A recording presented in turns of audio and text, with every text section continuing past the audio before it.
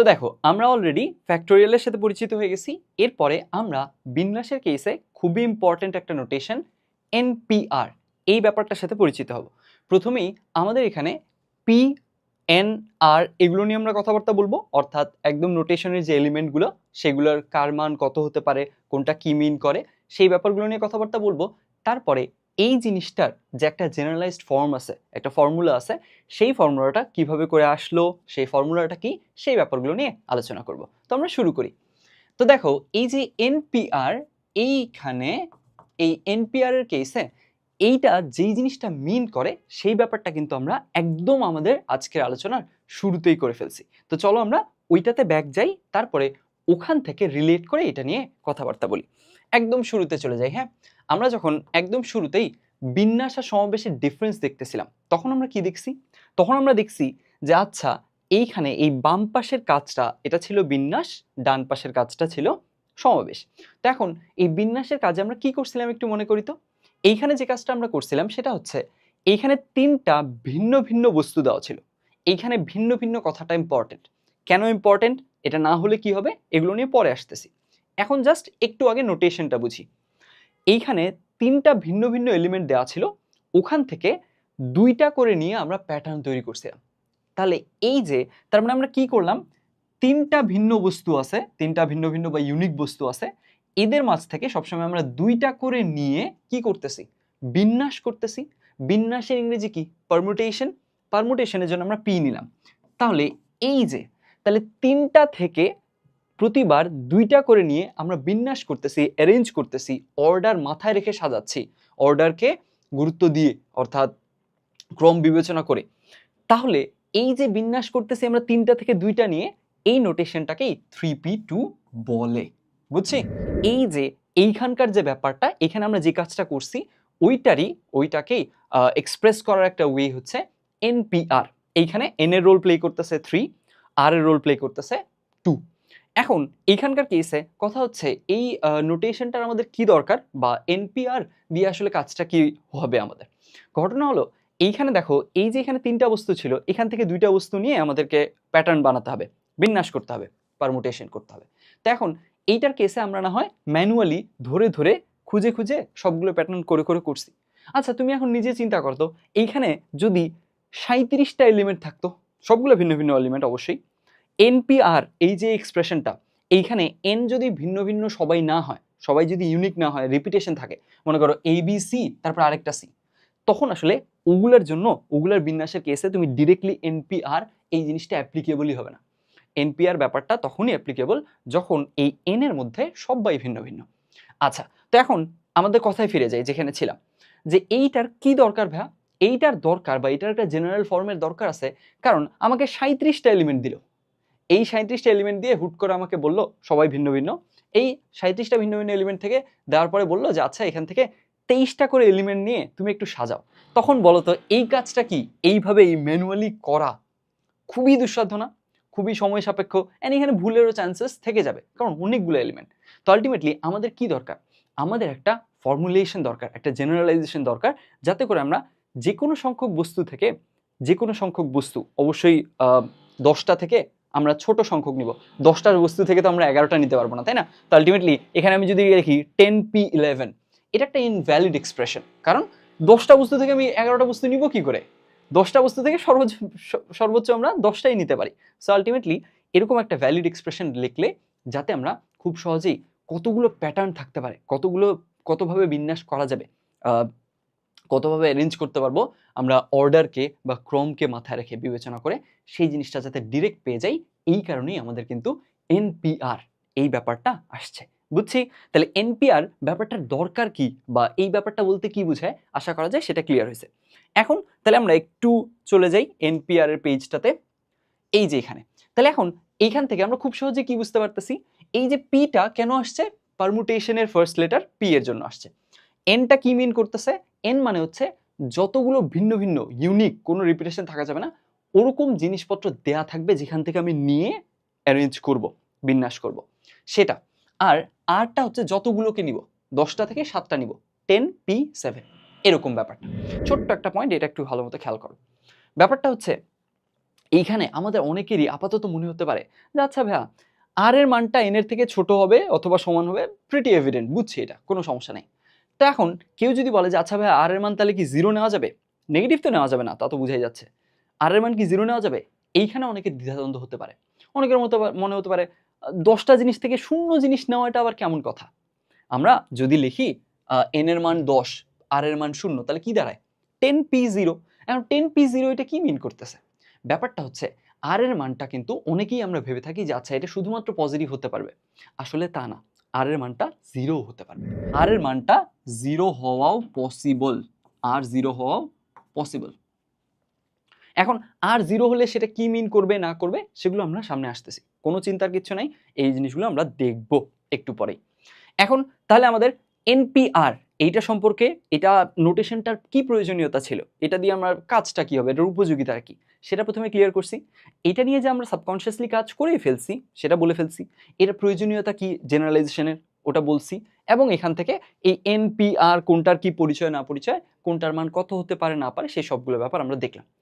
এইবার এখন আমরা কি করব, এখন আমরা এই যে এনপিআর এন সংখ্যক জিনিস থেকে যে আমরা আর সংখ্যক জিনিস নিয়ে অ্যারেঞ্জ করব, সাজাবো, তো এখন এইটা প্যাটার্ন যে বানাবো বিন্যাস করব, এই ব্যাপারটুকু এখন দেখব যে আসলে কিভাবে করে বিন্যাস করা যেতে পারে, কতভাবে বিন্যাস করা যায় সেই জিনিসটা একটু খেয়াল করি। আগাই তাহলে আমরা ধরে নেই আমরা এইখানে মনে করো এন সংখ্যক জিনিস দেওয়া আছে ভিন্ন ভিন্ন, সেইখান থেকে আমাদের দুইটা জিনিস নিয়ে কি করতে হবে, বিন্যাস করতে হবে। তো আমরা একটু দেখি তো কেসটা কি হয়। তুমি দেখো দুইটা জিনিস নিয়ে বিন্যাস করতে হবে, তার মানে কি দাঁড়াচ্ছে, আমাদের কাছে দুইটা ব্লক বা দুইটা বক্স আছে, এই দুইটা জায়গায় বস্তু বসাতে পারবো আমরা। এখন আমরা একটু চিন্তা করি যে এইখানে প্রথম বক্স যদি আমরা বসাতে যাই তখন আসলে কি হচ্ছে, একটু নিজেই চিন্তা করি তো। আমরা এন সংখ্যক বস্তু আছে, এখন এন সংখ্যক বস্তু থেকে দুইটা করে করে নিয়ে আমরা সাজাবো। তাহলে প্রথম বক্সটার কেসে আমি কিচ্ছু নেইনি, এখনো জাস্ট ইনিশিয়েট করতেছি। প্রথম বক্সটার কেসে আমার কতগুলো বসানোর পসিবিলিটি আছে, কতগুলো বসাতে পারি, আমার সামনে অপশন কতগুলো আছে, এন সংখ্যক, একটাও তো বসাইনি, একটাও তো ইউজ করিনি, তাহলে এন সংখ্যকের সবগুলোই বসানোর অপশন আছে, আমি যে কোনোটা বসাতে পারি। কথা বুঝছো? আমাকে এ থেকে ই পর্যন্ত দিল, মনে করো 5টা দিল, বললো যে আচ্ছা ঠিক আছে এখানে 2 লেটার দিয়ে তুমি ওয়ার্ড বানাও, মিনিংফুল ওয়ার্ড হওয়া লাগবে না, জাস্ট বানাও একটা প্যাটার্ন। তো এখন প্যাটার্ন বানাতে গিয়ে আমি কি দেখলাম যে প্রথম ঘরে আমি এ বি সি ডি ই যে কোনোটা বসাতে পারি, তাহলে আমার হাতে অপশন সবগুলোই। তার মানে এন সংখ্যক যদি আমাকে দেওয়া থাকে ভিন্ন ভিন্ন জিনিস, প্রথম ঘরের জন্য অপশন আমার এন, সবগুলোই যে কোনোটা আমরা বসাতে পারি। এরপর এখন দেখো, এখন কথা হলো ধরে নাও প্রথম ঘরে আমি এ বসালাম, এইবার দেখো তো আমার অপশন কি একটা কমে গেল না? দ্বিতীয় ঘরের জন্য আমার কিন্তু অপশন আর এ নাই, তখন আমার option B C D E 4টা। তা আলটিমেটলি এখানে তুমি এ না চুজ করে সি চুজ করলো, ব্যাপারটা একই, ডি চুজ করলো, ব্যাপারটা একই, তুমি যেটাই চুজ করো না কেন প্রথম ঘরের জন্য দ্বিতীয় ঘরের জন্য ব্যাপারটা কিন্তু ওই ঘুরে ফিরে একটা অপশন তোমার কমে যাচ্ছে। তাহলে এন সংখ্যক জিনিস ছিল, এখন প্রথম ঘরে তোমার বসানোর মতো অপশন এন, একটা বসায় ফেললা, তাহলে এবার দ্বিতীয় ঘরের জন্য দ্বিতীয় ঘরে বসানোর মতো অপশন কয়টা, বসানোর মতো অপশন হচ্ছে n-1। বুঝলাম? তাহলে এখন দেখো তো এই যে n ইন্টু, এখন n আর n-1 এই জিনিসটা থেকে গেল, তাহলে আমরা কি বলতে পারি, তাহলে আমরা বলতে পারতেছি যে আচ্ছা তার মানে n সংখ্যক জিনিস থেকে আমরা যদি দুইটা করে করে নিয়ে বিন্যাস করতে চাই, পারমুটেশন করতে চাই, আমরা সাজাই, প্যাটার্ন সাজাই, তাহলে আসলে কতগুলা প্যাটার্ন বানানো সম্ভব, প্যাটার্ন বানানো সম্ভব n ইন্টু n-1। এখন আমার প্রশ্ন হচ্ছে এখানে গুণ কেন করলাম, এই গুণের বেসিকটা কেন গুণ করলাম সেটার উত্তরটা জানার জন্য শুরুতেই আমরা কাউন্টিং এর নিয়ম, গণনার গুণনবিধি পড়ছি, বুঝছি? সবগুলা ডট কিন্তু আমরা কানেক্ট করতে পারবো, জাস্ট একটু ধৈর্য ধরে বুঝে বুঝে জিনিসগুলো আগাতে হবে, অবশ্যই আমরা সবগুলো ডট ইনশাল্লাহ কানেক্ট করতে পারবো। তাহলে এইখানে কেন গুণ করছি, এইখানে গুণ করছি কারণ হচ্ছে এখানে গণনার গুণনবিধি আসতেছে। কি করে গণনার গুণনবিধি আসলো? গণনার গুণনবিধির কেসে একটা কাজের সার্টেন একটা স্টেপের জন্য, ওই স্টেপের প্রত্যেকটার জন্য আরো অনেকগুলো উপায় থাকে। ওই যে উদাহরণ দিছিলাম 25 জন স্টুডেন্ট, সবার জন্য 10টা করে বই, তো ঠিক এখানেও তাই। এইখানে আমি এ বসাই, বি বসাই, সি বসাই, ডি বসাই, ই বসাই, যাই বসাই না কেন, যাই বসাই ওর প্রত্যেকটার জন্য পরের ঘরে অপশন আসলে 4টা, এ বসালেও অপশন 4টা, বি বসালেও 4টা, সি বসালেও 4টা, এরকম ভাবে যেটাই বসাই না কেন অপশন 4টা। তাহলে আমরা বলতে পারি যে আচ্ছা এইখানে n সংখ্যক অপশনের প্রত্যেকটার জন্য পরের ঘরে অপশন কয়টা, n-1, দ্যাটস ওয়াই তারা গুণ হচ্ছে। বুঝছি? এইটার প্রত্যেকটার জন্য ওপরটাতে এত, দ্যাটস ওয়াই গুণগুলো হচ্ছে। তাহলে আলটিমেটলি আমাদের NP2 এটার ভ্যালু পেয়ে গেলাম, n × n-1 হবে, প্রিটি এভিডেন্ট, চলে গেল। এরপরে এখন তুমি একটু নিজেই চিন্তা করো তো, এই ব্যাপারটাকে আমরা একটু এইখান থেকেই জাস্ট জিনিসটাকে একটু বিস্তৃত করি, একটু জাস্ট ভাস্ট বানাই, ধীরে ধীরে স্প্রেড করি। তাহলে এখান থেকে আমাদের যদি দুইটা না থাকে আমাদের যদি তিনটা থাকতো, কি হতো বলতো? তিনটা থাকলেও এই প্রথম দুইটা কেস তো সেমই হতো, n সংখ্যক এলিমেন্ট আছে, এখান থেকে এবার আমাদের নিতে হবে তিনটা যদি নিতে হয়, প্রথম ঘরে একটাও বসাইনি, তার মানে আমার অপশন বসানোর মতো অপশন কয়টা? n, সবগুলাই বসালাম। একটা বসাই ফেললাম, আমার এক অপশন একটা কমে গেল, এরপরে অপশন একটা কমে গেল, তখন এখান থেকে তার মানে বোঝাই যাচ্ছে যে n-1 সংখ্যক এখানে অপশন আছে। এইখানে আরেকটা বসাই ফেললাম, দুইটা বসানো হয়ে গেল, তাহলে এই ঘরের জন্য অপশন কতগুলা? n-2 সংখ্যক। তাহলে NP3 এর মান কত হবে বলতো? NP3 এর মান হবে n × n-1 × n-2। আবারও গুণ কেন হলো এবার তোমরা উত্তর দিবা। এই জিনিসটা আই হোপ বুঝে গেছে যে কেন গুণ হচ্ছে এই গাছগুলোতে। এখন এইবার তার মানে আমরা এইখান থেকে একটা প্যাটার্ন পেয়ে যাচ্ছি না? দেখো তো, এখন তুমি এই জিনিসটা খুব ক্লিয়ারলি বুঝতে পারতেছো যে অবশ্যই NP2, NP3, NP4 এ যদি যাই, n থেকে এক এক করে কমবে, তারপর কয়টা জিনিস গুণ হবে? যদি NP4 হয় 4টা জিনিস গুণ হবে, NP3 হয়েছে 3টা জিনিস গুণ হয়েছে, NP2 হয়েছে 2টা জিনিস গুণ হয়েছে। তার মানে আমরা একটা প্যাটার্ন পেয়ে গেছি যে আচ্ছা এইখানে তার মানে ঘটনাটা এরকম হচ্ছে। তাহলে এখানে কি হচ্ছে? এইখানে যেটা হচ্ছে যে আমরা যখন NP এখানে যদি 5 লিখি, 6 লিখি, যতগুলো লিখি না কেন, ধরে নাও 5 লিখলাম, আমরা তো প্যাটার্নটা পেয়ে গেছি। তাহলে যেটা হচ্ছে n থেকে শুরু হচ্ছে গুণ হওয়া, তারপরে এক এক করে কমতেছে, কতগুলো গুণ হবে? 5টা গুণ হবে। এইখানে যতটা থাকতেছে ঠিক ততগুলো সংখ্যক জিনিসপত্র এক এক করে কমে কমে গুণ হচ্ছে। তাহলে NP5 এর মান কত হবে? n × n-1, n-2, তিনটা হলো n-3, চারটা হলো n-4, এই পাঁচটা গুণ হলেই MP5 এর ভ্যালু আমরা পেয়ে গেলাম। বুঝছি? তাহলে আলটিমেটলি এইভাবে করে আমাদের কাজটা আগাচ্ছে। এখন আমাদের একদম ফাইনাল পয়েন্ট, সেটা হচ্ছে NP5, NP3, NP2 এগুলো তো একটা সার্টেন মানের জন্য নিছি, আমার তো একটা জেনারেলাইজড ফর্মুলা লাগবে। জেনারেলাইজড ফর্মুলা মানে হচ্ছে যেটা সববার জন্য খাটে, সব আর এর জন্য, সব ভ্যালিড আর এর মানের জন্য যে জিনিসটা অ্যাপ্লিকেবল হয়। তাহলে NPR আমরা দেখি তো কত হবে? NPR এর মানটা তাহলে কত হতে পারে একটু আমরা চিন্তা করি তো। NPR এর মানটা কত হতে পারে এই জিনিসটার কেসে আমরা তো অবশ্যই এটা বুঝতেছি যে হ্যাঁ ঠিক আছে, n থেকে কমবে, এক এক করে কমে কমে গুণ হবে, কতগুলা গুণ হবে ভাইয়া? আর সংখ্যক জিনিস গুণ হবে, আর সংখ্যক জিনিস, 2টা গুণ, 3টা গুণ, 5টা গুণ, এরকম। এখন কথা হচ্ছে আর সংখ্যক জিনিস, এখানে তুমি তো আর এর মানটা জানো না, তো এখানে গিয়ে লাস্ট পদটা কত হবে এটা যদি একটু আমরা অন্যভাবে চিন্তা করতে চাই, কি দ্বারা একটু দেখো তো। তুমি একটু দেখো, যখন এইখানে আসছে 2, এই জায়গাটায় যখন 2 আসছে, তুমি দেখো তো লাস্ট পদটা কি হয়েছে? গুণের n-1 হয়েছে না? যখন এখানে 3 আসছে n-2 হয়েছে, তাহলে যখন 5 আসছে তখন কি হয়েছে? n-4 হয়েছে। তাহলে যখন আর আসবে তখন কি হবে? বুঝাই যাচ্ছে আর আসলে সবসময় কি হচ্ছে, এই যে এখানে যেটা থাকতেছে n মাইনাস ওইটা +1 হচ্ছে। ভালো মতো বুঝো, এইখানে যদি আমি এই n থেকে 2 বাদ দিতাম তাহলে কত দাঁড়াতো? n-2 দাঁড়াতো, তাই না? কিন্তু এখানে দেখো লাস্ট পদটা কি আসছে? n-2 +1, যার কারণে n-1 হয়ে গেছে। ঠিক একই এখানেও। এখন এখানে দেখো n-3 হতে পারতো, কিন্তু কি হলো? +1, তার মানে n-2 হলো। এখানেও তাই, n-5 যদি আমরা মাইনাস করি তাহলে n-5 দাঁড়ায়, এখান থেকে এটা মাইনাস করলে, কিন্তু আমাদের জাস্ট কি হচ্ছে? +1 হচ্ছে, যার কারণে n-4 হয়ে যাচ্ছে একদম এই লাস্ট টার্মটা। এখন এটা কেন হচ্ছে? কারণ খুব সহজ, কারণ আমি তো আলটিমেটলি শুরুটা করিনি n-1 দিয়ে।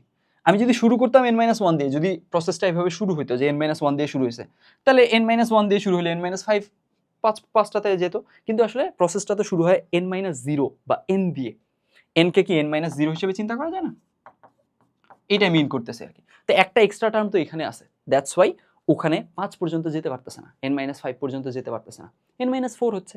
তাহলে এইখানে আমাদের তো আমরা প্যাটার্নটা খুব ভালো মতো বুঝে গেছি, আমরা কতগুলা গুণ হবে, কিভাবে হচ্ছে, লাস্ট পদ কত, সব বুঝে গেছি। এখন জাস্ট লিখবো, বুঝছি? তাহলে লিখে ফেলি। এখন NPR তার মানে এইখানকার কেসে আমরা দেখতেছি n আসবে, তারপরে n-1 আসবে, n-2 আসবে, এইভাবে চলতে থাকবে। এখন কতদূর গিয়ে গুণ হবে ভাইয়া? লাস্ট পদটা কি হবে? লাস্ট পদটা কি হবে আমরা তো বুঝে গেছি। লাস্ট পদ কি হবে? লাস্ট পদ হবে n মাইনাস এই r, যেখানে এই যে এন মাইনাস আর, জাস্ট এন মাইনাস আর হবে প্লাস ওয়ান হবে। এখন এই প্লাস ওয়ানটা কেন হয় সেটা সহ আমি কিন্তু বলে দিছি, বুঝা গেল? এই তো, তাহলে এখন এনপিআর এর এক্সপ্রেশন হচ্ছে এইটা হচ্ছে এনপিআর এর এক্সপ্রেশন। এখন তাহলে এবার এনপিআর এর এক্সপ্রেশন আমরা এইভাবে করে লিখতে পারি, এইটা তুমি ফর্মুলা আকারে ইউজ করতে পারো। এটা একটু আমরা বক্স করে ফেলি, হ্যাঁ, এটা কিন্তু ফর্মুলা আমরা ডিরাইভ করে ফেললাম, বুঝো। আমরা কিন্তু ফর্মুলাটা সরি এটার কালারটা, ফর্মুলা কিন্তু আমরা ডিরাইভ করে ফেলছি এইখান থেকে। এটা কিসের ফর্মুলা বলো তো? এইটা হলো এনপিআর এর ফর্মুলা আমরা ডিরাইভ করে ফেললাম। তা এনপিআর এর ফর্মুলা আমরা কিভাবে ডিরাইভ করে ফেলছি, যে আমরা একটু আচ্ছা পুরো প্রসেসটা একটু পরে রিভিউ করি। আমরা জাস্ট আগে এই ফর্মুলাটা দেখি, তারপর এটাকে একটু ডিফারেন্ট ওয়েতে আমরা লেখার ট্রাই করব। এখন এনপিআর এর ফর্মুলাটা আমরা তাহলে কিভাবে ডিফাইন করছি বা ডিরাইভ করছি কি করে? এখানে আমরা এটা হলো তোমার সবগুলো জিনিস গুণ আকারে আছে, এইভাবে করে এক্সপ্রেস করছি ডিরাইভ করার পর। এখন এইখানে তুমি একটা জিনিস একটু খেয়াল করো তো, আমরা জাস্ট কিছুক্ষণ আগেই ফ্যাক্টোরিয়াল সম্পর্কে শিখছি না? ফ্যাক্টোরিয়ালের ধারণা, ফ্যাক্টোরিয়াল ব্যাপারটা বলতে কি বুঝায় না বুঝায় সেগুলো জিনিস জানছি। তো এখন এবার আমরা চাচ্ছি যে আচ্ছা এই যে এনপিআর এর ফর্মুলাটা, এটাকে একটু ফ্যাক্টোরিয়াল দিয়ে এক্সপ্রেস করতে। বুঝছো কথাটা? আমার পয়েন্টটা বুঝছো? আমি চাচ্ছি যে আচ্ছা এইগুলো জিনিস তো সব গুণ অবস্থায় আছে, তো আমি চাচ্ছিলাম যে এটা যদি ফ্যাক্টোরিয়াল দিয়ে এক্সপ্রেস থাকতো তাহলে আমার ভালো হতো। তাহলে একটু ট্রাই করি তো আমরা এটাকে ফ্যাক্টোরিয়াল দিয়ে এক্সপ্রেস করতে, তাহলে কি দাঁড়ায় বুঝি আমরা। তাহলে এইখানে তুমি একটা জিনিস দেখো তো, ফ্যাক্টোরিয়াল যদি একটা জিনিসকে ফ্যাক্টোরিয়ালে এক্সপ্রেস করতে হয় তাহলে আমাদের কি করতে হবে? এক এক করে কমায় কমায় কমায় কমায় গুণ করতে হবে, তারপর 1 পর্যন্ত যেতে হবে, তাই না?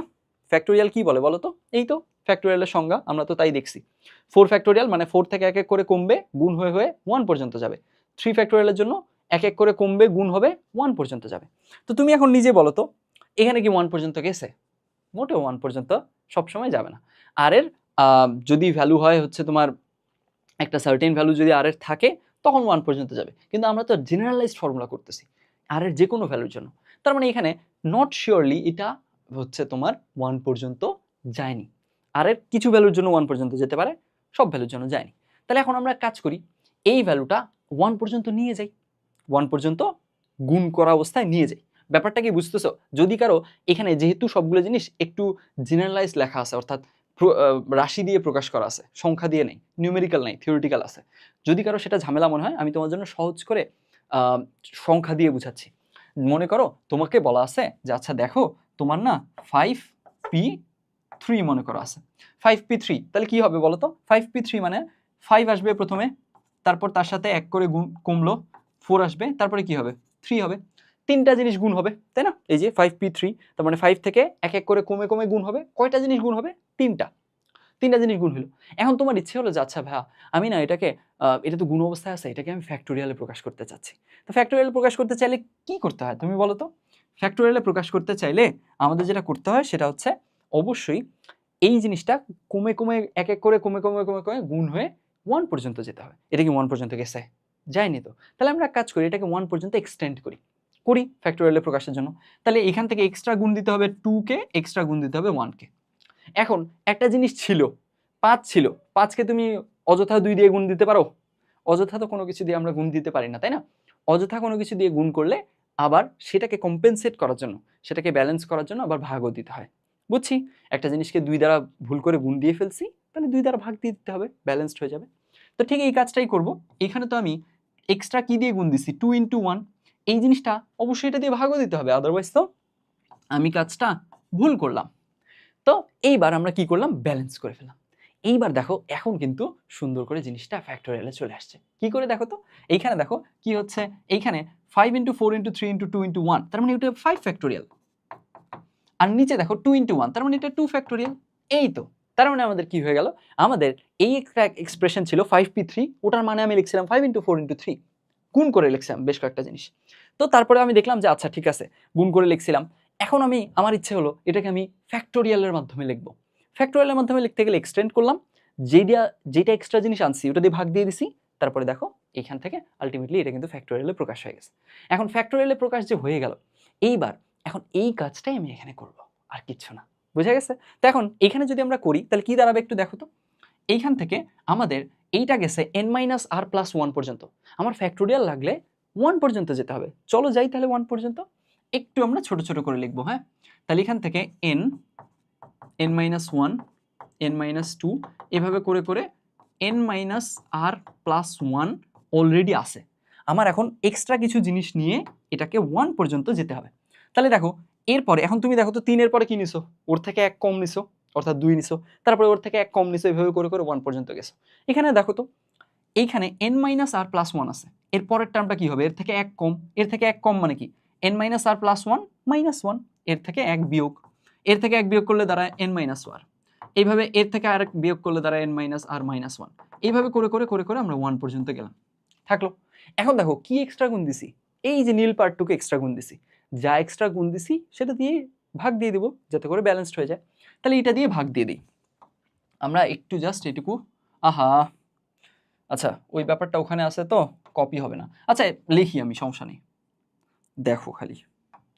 আচ্ছা এইখান থেকে যেটা এক্সট্রা জিনিস গুণ দিছি সেটা দিয়ে ভাগ দিচ্ছি, এইভাবে করে করে 1 পর্যন্ত গেল। এইবার দেখো এখন কিন্তু ঠিক এইখানে যেভাবে কাজটা হয়েছিল ওখানেও কিন্তু জিনিসটা ফ্যাক্টোরিয়াল দিয়ে এক্সপ্রেসড হয়ে গেছে। কিভাবে দেখো একটু, এই জিনিসটাকে, আচ্ছা এই ব্যাপারটাকে একটু নিচে রাখি। হ্যাঁ, এই ব্যাপারটাকে একটু নিচে রাখি, এখন এই জায়গাটায় আমরা লিখে ফেলি। দেখো তো এখানে তাহলে কি হয়, উপরে আমরা n ফ্যাক্টোরিয়াল এনে ফেলছি জোর করে, তাই না? তাহলে উপরে আমরা n ফ্যাক্টোরিয়াল এনে ফেললাম, নিচে কি চলে আসছে বলো তো, নিচে চলে আসছে n-r-1, তারপরে এইভাবে করে করে 1। তা আমরা তো কি জানি, আমরা জানি কোনো একটা সংখ্যা থেকে, পূর্ণ সংখ্যা থেকে গুণ হওয়া শুরু হলো, এক এক করে কমলো, 1 পর্যন্ত গেল, তার মানে কি এইটার ফ্যাক্টোরিয়াল। তার মানে নিচে যেটা আছে সেটা অবশ্যই n-r এর ফ্যাক্টোরিয়াল। দেখো বুঝছো কিনা, সিম্পল জিনিস, পেঁচা বানা। দেখো একটু থিওরিটিক্যালি লিখতে শিখতে হবে, আমরা একটু বড় হয়েছি তাই না, তো আমাদের একটু থিওরিটিক্যালি লিখতে শিখতে হবে, এইগুলো জিনিসে ভরকে যাওয়া যাবে না, কনফিউজড হওয়া যাবে না, এটা মনে করা যাবে না যে অনেক টাফ কিছু হচ্ছে। আমি প্রত্যেকটা জিনিস যতটা ভেঙে পারা যায় বলার ট্রাই করছি, তো যার কারণে এইখানে তুমি ভাবতেছো যে n-r n-r-1 এভাবে করে করে 1 পর্যন্ত যাচ্ছে, কেমনে লিখলো এটা, এই ধরনের প্রশ্ন থাকলে একটু একটা কাজ করতে হবে, থাকতেই পারে প্রশ্ন, থাকতেই পারে, অনেক সিলি মিস্টেক হতে পারে, you have the independence to do mistakes. So ultimately যখন তোমার ভুল হবে, ধরে নাও মনে করো তুমি এই জিনিসটা বুঝতেছো না, কথার কথা আমি জাস্ট বলতেছি, এই জিনিসটা বুঝলা না, তাহলে তোমার কি করা উচিত, এটা কি নিয়ে কথাটা হলো, ফ্যাক্টোরিয়াল নিয়ে, তোমার একটু ফ্যাক্টোরিয়ালের বেসিকটা নিজে গিয়ে চেক করা উচিত, তারপরে চেক করা উচিত যে আচ্ছা ফ্যাক্টোরিয়ালের বেসিকে কি হয়েছিল, এইখানে আমি এই জিনিসটা কেন ধরতে পারলাম না, তারপরে দেখবা যে আচ্ছা ফ্যাক্টোরিয়ালের বেসিকটা একটু রিকল করলেই দেখা যাবে এই জিনিসটা বুঝে গেছে। সেই রকম ভাবে যাদেরই ইন্টারে উঠে অনেকেই এই লেফট অ্যালোন ফিলটা করে যে আচ্ছা অন্যরা সবাই খুব জলদি বুঝতেছে, আমার হয়তো বা ওই ক্যাপাবিলিটি নাই, আমি হয়তো বা ওদের দিক থেকে মানে ওদের মতো এতটা শার্প না, আমি দ্রুত বুঝতেছি না। ব্যাপারটা হচ্ছে দ্রুত না বুঝতে পারাটা অপরাধ না তো, এইখানে তোমাকে তার মানে কি করতে হবে, তোমাকে একটু ট্রাই করতে হবে যে আচ্ছা আমার কোথায় দ্রুত বুঝতে সমস্যা হচ্ছে, কোন কোন ব্যাপারগুলো ক্লিয়ার রাখলে আমি দ্রুত আমি নিজেও বুঝতে পারবো, সেইগুলোতে কাজ করা। আচ্ছা ফাইন, এখন তার মানে এই জিনিসটা ধরে নাও কারো বুঝতে সমস্যা হচ্ছে, তাহলে তার কি করা উচিত, ফ্যাক্টোরিয়াল ব্যাপারটা রিভিজিট করা উচিত। তাহলে ফ্যাক্টোরিয়ালের কেসে কি হচ্ছে, ফ্যাক্টোরিয়ালের কেসে কোনো একটা সংখ্যা, পূর্ণ সংখ্যা অবশ্যই, এক এক করে কমতো 1 পর্যন্ত যেত, তাহলে এই যে প্রথমে যে সংখ্যাটা দিয়ে শুরু হয়েছে ওইটার ফ্যাক্টোরিয়াল হইতো, যেমন 5 থেকে 1 কমলো 4, তারপরে 3, তারপরে 2, তারপরে 1, তার মানে এটা 5 ফ্যাক্টোরিয়াল। ঠিক সেরকম n-1 দিয়ে শুরু, n-r দিয়ে শুরু হয়েছে, এক এক করে কমতে কমতে 1 পর্যন্ত গেছে গুণ হয়ে, তাহলে এখানে অবশ্যই n-r ফ্যাক্টোরিয়াল। এই তো থাকলো, তার মানে আমরা এখান থেকে পেয়ে গেলাম npr এর কেসে এইটাকে আসলে আমরা গুণ দিয়েও এক্সপ্রেস করতে পারবো, এটাকে ফ্যাক্টোরিয়াল দিয়েও এক্সপ্রেস করতে পারবো। এইটাও আমার সেম ফর্মুলা, জাস্ট সেম ফর্মুলাটার একটা ডিফারেন্ট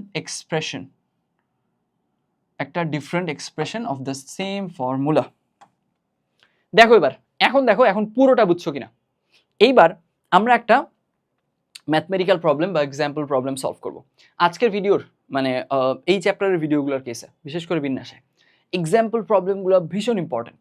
এমন অনেক সময় হয়েছে আমাদের কেসে, আমাদের সময় তো আসলে বিন্যাস সমাবেশ ছিল, মাঝখানে শর্ট সিলেবাসের কারণে এটা ছিল না, তো আলটিমেটলি এমন অনেক হয়েছে দেখা গেছে যে বিন্যাস সমাবেশের কেসে, স্পেশালি বিন্যাসের কেসে এইখানে জাস্ট এক্সাম্পলগুলো যারা ক্লিয়ার করে গেছে তাদেরই বোর্ড পরীক্ষা বলো এবং আরও কলেজে পরীক্ষা থেকে শুরু করে অনেক জায়গায় প্রবলেমগুলো সলভ করতে কোনো সমস্যা হয়নি। সো আলটিমেটলি এখানকার এক্সাম্পল প্রবলেমগুলো ভীষণ ইম্পর্টেন্ট। ফাইন, এখন দেখো তো এটুকু ক্লিয়ার হয়েছে কিনা। আমি ওভারঅল সামারি পরে দিচ্ছি, এখনই আবার সামারি না দিই, কোনো ডাউট থেকে থাকলে ইনশাল্লাহ ক্লিয়ার হয়ে যাবে সামারির সময়। আমি কিন্তু ধরে ধরে এক্সপ্রেশন থেকে শুরু করে কি হচ্ছে কেন হচ্ছে সবগুলো একদম ছোট মানুষের মতো তোমাদেরকে ধরে ধরে বোঝানোর ট্রাই করছি। সো আই হোপ এখানে আর কোনো ডাউট আমাদের নাই। এখন আমরা কিসে যাব? এখন আমরা যাব এইবার যাব হচ্ছে একটা ম্যাথমেটিক্যাল প্রবলেম। আচ্ছা, ম্যাথমেটিক্যাল প্রবলেমে যাওয়ার আগে ছোট্ট একটা পয়েন্ট একটু আমি বলে নিই। সেটা কি? সেটা হচ্ছে এই যে এখন দেখো তো এনপিআর এর দুইটা এক্সপ্রেশন পাইলা। এনপিআর এর দুইটা এক্সপ্রেশন পাইলা কি? যে আচ্ছা এখানে এনপিআর কে n into n minus one into n minus two এভাবে করে করে n minus r plus one পর্যন্ত লেখা যায় গুণ অবস্থায়, গুণ আকারে যদি আমরা লিখি, আবার এটাকে ফ্যাক্টোরিয়াল দিয়েও ভেবে চিন্তা করা যায়। এখন এইবার আমরা একটু দেখব যে আচ্ছা আমরা যে প্রথমে একটা প্রবলেম সলভ করে ফেলছিলাম না, ওই জিনিসটা আচ্ছা ওই জিনিসটা কি এইটা দিয়েও সলভ করা যেত কিনা। এখন যেহেতু এটার সাথে পরিচিত হইলাম, তখন তো ওটার সাথে পরিচিত ছিলাম না, দ্যাটস ওয়াই আমরা ম্যানুয়ালি করছি। কোনটা ছিল? এই প্রবলেমটা ছিল একদম শুরুতে আমাদের এইটা। তাহলে তিনটা ভিন্ন ভিন্ন জিনিস ছিল, থাকলো n এর ভ্যালু 3, এইখান থেকে দুইটা করে করে নিয়ে আমার প্যাটার্ন সাজাতে হবে। তাহলে r এর ভ্যালু 2, তার মানে npr অর্থাৎ 3p2 এই জিনিসটার ভ্যালু বের করে আমরা দেখছিলাম এখান থেকে ম্যানুয়ালি দেখছিলাম 6। এখন দেখি তো ওয়ার্কআউট করি তো আমরা পারতেছি কিনা। যে জিনিসটা সেটা হচ্ছে আমরা যদি গুণের ফর্মুলা অ্যাপ্লাই করি, গুণের ফর্মুলা অ্যাপ্লাই করার কেসে আমরা কি দেখছি?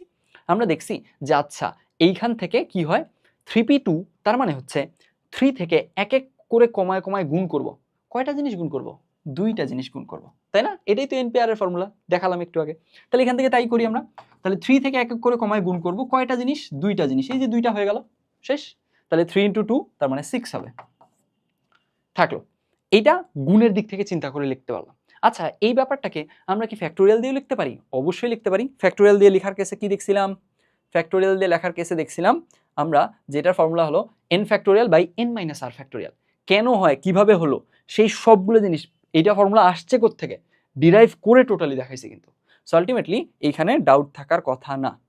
তার মানে আমরা কি দেখছি যে npr কে আবার n factorial by n minus r factorial লেখা যায়। তো ওই অনুযায়ী আমরা বের করে ফেলি ফ্যাক্টোরিয়াল দিয়ে। তাহলে উপরে হচ্ছে 3 ফ্যাক্টোরিয়াল, নিচে হলো 3 মাইনাস 2 ফ্যাক্টোরিয়াল, থাকলো। এখন দেখো 3 ফ্যাক্টোরিয়াল মানে কত? 3 ফ্যাক্টোরিয়াল মানে হচ্ছে 6, আর 3 মাইনাস 2 মানে 1 ফ্যাক্টোরিয়াল। 1 ফ্যাক্টোরিয়াল মানে 1, এই তো 6ই থেকে গেল। বুঝা গেছে? সো আলটিমেটলি আমরা এখান থেকে কিন্তু মানটা যে আসলে এরকম হবে এইটা গতবার ম্যানুয়ালি করছিলাম, এইবার কিন্তু আমরা একটা ম্যাথমেটিক্যাল টুল পাইছি, একটা নোটেশন পাইছি, ওইটার হেল্প নিয়ে কাজগুলো করতে পারতেছি। আমাদের ক্যালকুলেটারে ফ্যাক্টোরিয়ালের যে ব্যাপারগুলো, ফ্যাক্টোরিয়ালের মানও বের করা যায়, এনপিআর এই জিনিসগুলোর মানও বের করা যায়।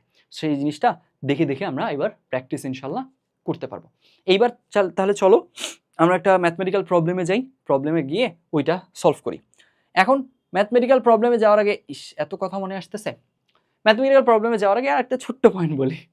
সেটা হচ্ছে এটা হলো এইখানে দেখো, এইখানে তুমি বলতে পারো যে আচ্ছা ভাইয়া এনপিআর এর তো আমরা দুইটা এক্সপ্রেশন পেলাম, গুণ দিয়েও লেখা যায় এটাকে, ফ্যাক্টোরিয়াল দিয়েও লেখা যায়। আচ্ছা ভাইয়া কখন কোনটা বেশি এফিশিয়েন্ট হবে সেই ব্যাপারটুকু একটু আমরা বুঝি। দেখো কখন কোনটা বেশি এফিশিয়েন্ট হতে পারে সেই ব্যাপারটুকু যদি আমরা এইভাবে চিন্তা করি, তাহলে মোটামুটি এইভাবে বলা যায় যে তোমার ধরে নাও একটা নাম্বার আছে 19, এখন 19p মনে করো 2 দিল, তাহলে 19p 2 দিল, তার মানে এখন তুমি কি এইখানকার কেসে এই ধরনের জিনিস যদি থাকে তোমার দুইটাই মাথায় রাখার সুবিধাটা একটু ভালো মতো দেখো। 19p2 মানে কি? 19p2 মানে হচ্ছে আমরা দুইভাবে চিন্তা করে লিখি। তো 19p2 মানে হচ্ছে 19 থেকে এক এক করে কমায় গুণ করে লিখবো, কয়টা জিনিস গুণ করে লিখবো? দুইটা, তার মানে 19 আসবে 18 আসবে, এইটাই হচ্ছে 19p2। আর 19 আর 18 গুণ করে দাও, 19p2 এর ভ্যালু পেলাম। এখন এটা তুমি ফ্যাক্টোরিয়াল দিয়ে চিন্তা করো তো কি হয়। ফ্যাক্টোরিয়াল দিয়ে চিন্তা করলে আমরা দেখতেছি এটার মান আসে 19p2 মানে হলো 19 factorial by 19 minus 2 factorial, 19 factorial by 19 minus 2 মানে 17 ফ্যাক্টোরিয়াল, 17 ফ্যাক্টোরিয়াল। তাহলে এখান থেকে তুমি এখান থেকেও ঘুরে ফিরে দেখো 19 ফ্যাক্টোরিয়ালকে কি এভাবে লেখা যায় না?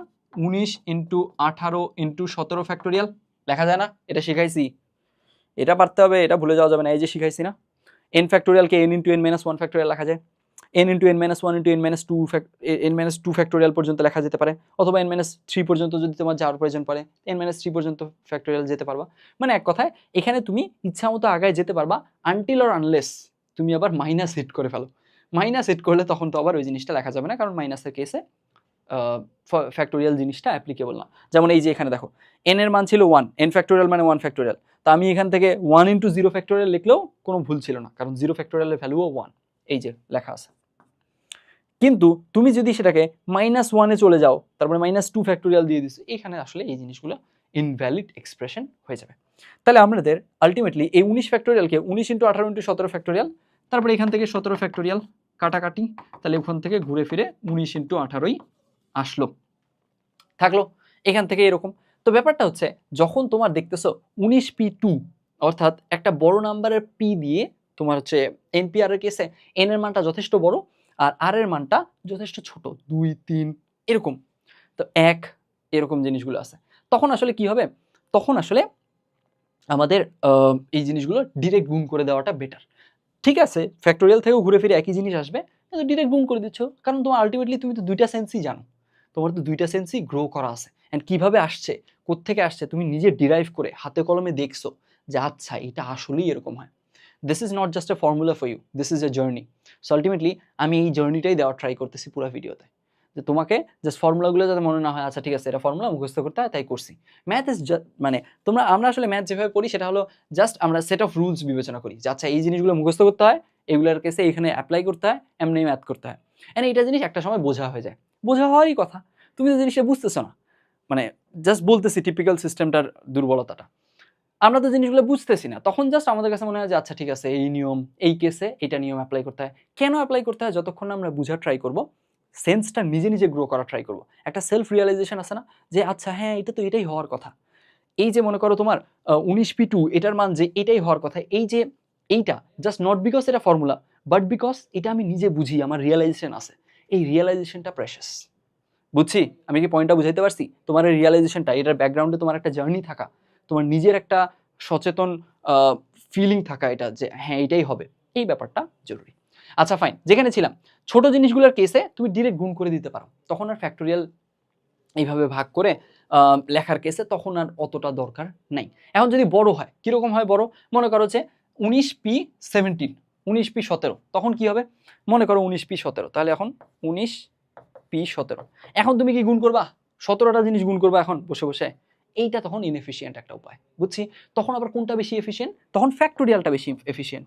কেন, কারণ উপরে 19 ফ্যাক্টোরিয়াল, 19p17 মানে কি, নিচে তো 19 - 17 ফ্যাক্টোরিয়াল, তার মানে 2 ফ্যাক্টোরিয়াল, এই তো, তার মানে এখন তোমাকে কি করতে হবে, 19 ফ্যাক্টোরিয়ালের ভ্যালু জানতে হবে, তাকে 2 দ্বারা ভাগ দিতে হবে, মানে এক কথায় আমি জাস্ট এক্সাম্পলটা দিলাম, তার মানে কি দাঁড়ালো, যে আমাদের এই যে এই এক্সপ্রেশনটা দিয়ে যাওয়া, দুইটা কিন্তু সেম জিনিস, এখান থেকে তুমি এটা আনতে পারো, এখান থেকে এটা আনতে পারো, সো জিনিসের কোনো ভিন্নতা নাই, কিন্তু আমাদের যদি অ্যাপ্লিকেবিলিটি একদম ডিরেক্ট একবারে অ্যাপ্লাই করে একটু সুবিধা পেতে চাই, তাহলে আমার সাজেশন থাকবে যখন এই আর এর ভ্যালুটা পিচ্ছি হচ্ছে, তখন আসলে কি করবা, গুণের কাজটা করার ট্রাই করবা, আর যখন দেখবা আর এর ভ্যালুটা একটু বড়, তখন ফ্যাক্টোরিয়াল দিয়ে যাওয়ার ট্রাই করবা।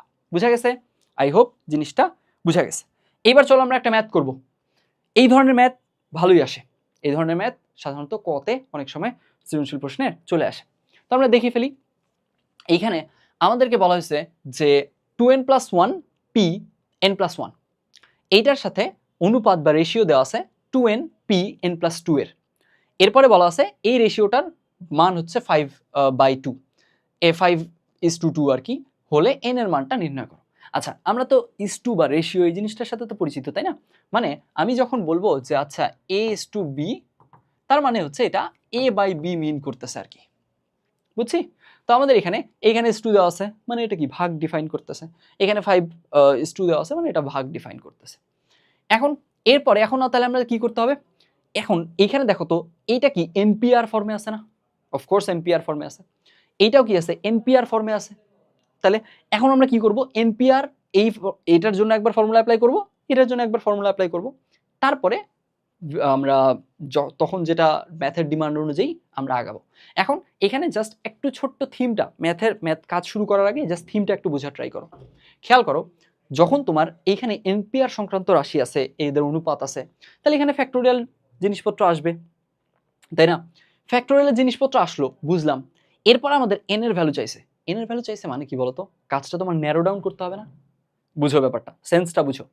তোমাকে অনেক জটিল কোনো কিছু, আমরা সরলীকরণ পড়ছি না ক্লাস 5-এ, তখন কি থাকতো, এখানে ব্র্যাকেট দেওয়া থাকতো, এর দেওয়া থাকতো, এরকম ওই বদমাসের নিয়মগুলো, ওই জিনিসগুলো দেওয়া থাকতো, আমাদেরকে সিম্পলিফাই করে ফাইনালি মানটা নিয়ে আসতে হতো, তাই না, তার মানে আমরা ন্যারো ডাউন করতাম ওখানে, এখানেও তো কাজটা তাই, আমাকে ন্যারো ডাউন করতে হবে, আমাদের এখানে ফ্যাক্টোরিয়াল থাকবে, অনেক কিছু থাকবে, আমাদেরকে ন্যারো ডাউন করে এন এর মানটা বের করতে হবে। এখন ন্যারো ডাউন করার উপায় কি বলতো, ন্যারো ডাউন করারও একটা ভালো উপায় হচ্ছে ক্যান্সেলেশন করা, কাটাকাটি করা। কাটাকাটি করলে জিনিসগুলো কি হয়ে যায়, ন্যারো ডাউন হয়ে যায়।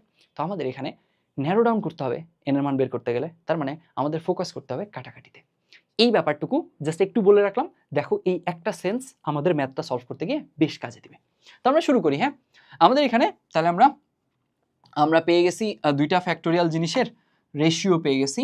তাহলে আমরা একটু কাজ করা শুরু করি। এইবার 2n + 1 pn + 1, তাহলে এখন কি হবে, আমরা কি শিখছি, আমরা শিখছি npr, এটার ফর্মুলা যদি আমরা ফ্যাক্টোরিয়াল দিয়ে লিখি n factorial by n - r factorial. মাত্র শিখছি, একদম নিজেরা ধরে ধরে এটা কিভাবে আসে না আসে সব পুরোপুরি দেখছি। তাহলে এখন এই জিনিসটা এখানে অ্যাপ্লাই করে দিই। অ্যাপ্লাই করলে কি দাঁড়ায়, এইখান থেকে দাঁড়াচ্ছে 2n + 1, এটার ফ্যাক্টোরিয়াল, এইটা n এর রোল প্লে করতেছে এই ফর্মুলা অনুযায়ী। তারপরে কি হলো 2n + 1 pn + 1, তার মানে কি হবে n - r হবে। তাহলে n - r হলে কি হয় বলো তো, 2n + 1 মাইনাস r এর রোল প্লে করতেছে n + 1, তাহলে -n - 1। বুঝছো, কিচ্ছু করিনি, জাস্ট এই ফর্মুলাটা এখানে অ্যাপ্লাই করছি, আর কিছু না।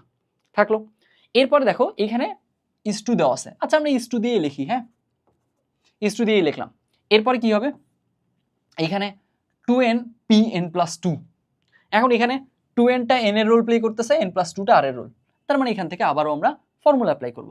ফর্মুলা উপরে লেখাই আছে, তাহলে 2n ফ্যাক্টোরিয়াল, নিচে কি হবে n - r, এইটা থেকে এটা বাদ দিয়ে ফ্যাক্টোরিয়াল লিখতে হবে, 2n - n - 2 ফ্যাক্টোরিয়াল। থাকলো।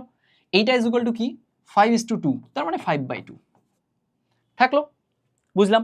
এরপরে আসি আমরা, এখন দেখো তো এখানে কি লেখা যায়, 2n + 1 - n - 1, তাহলে এই +1 আর -1 তো চলে গেল, থাকলো। 2n - n মানে কত, দুইটা n থেকে একটা n বাদ দিছো, তার মানে একটা n পড়ে আছে, শুধু n পড়ে আছে।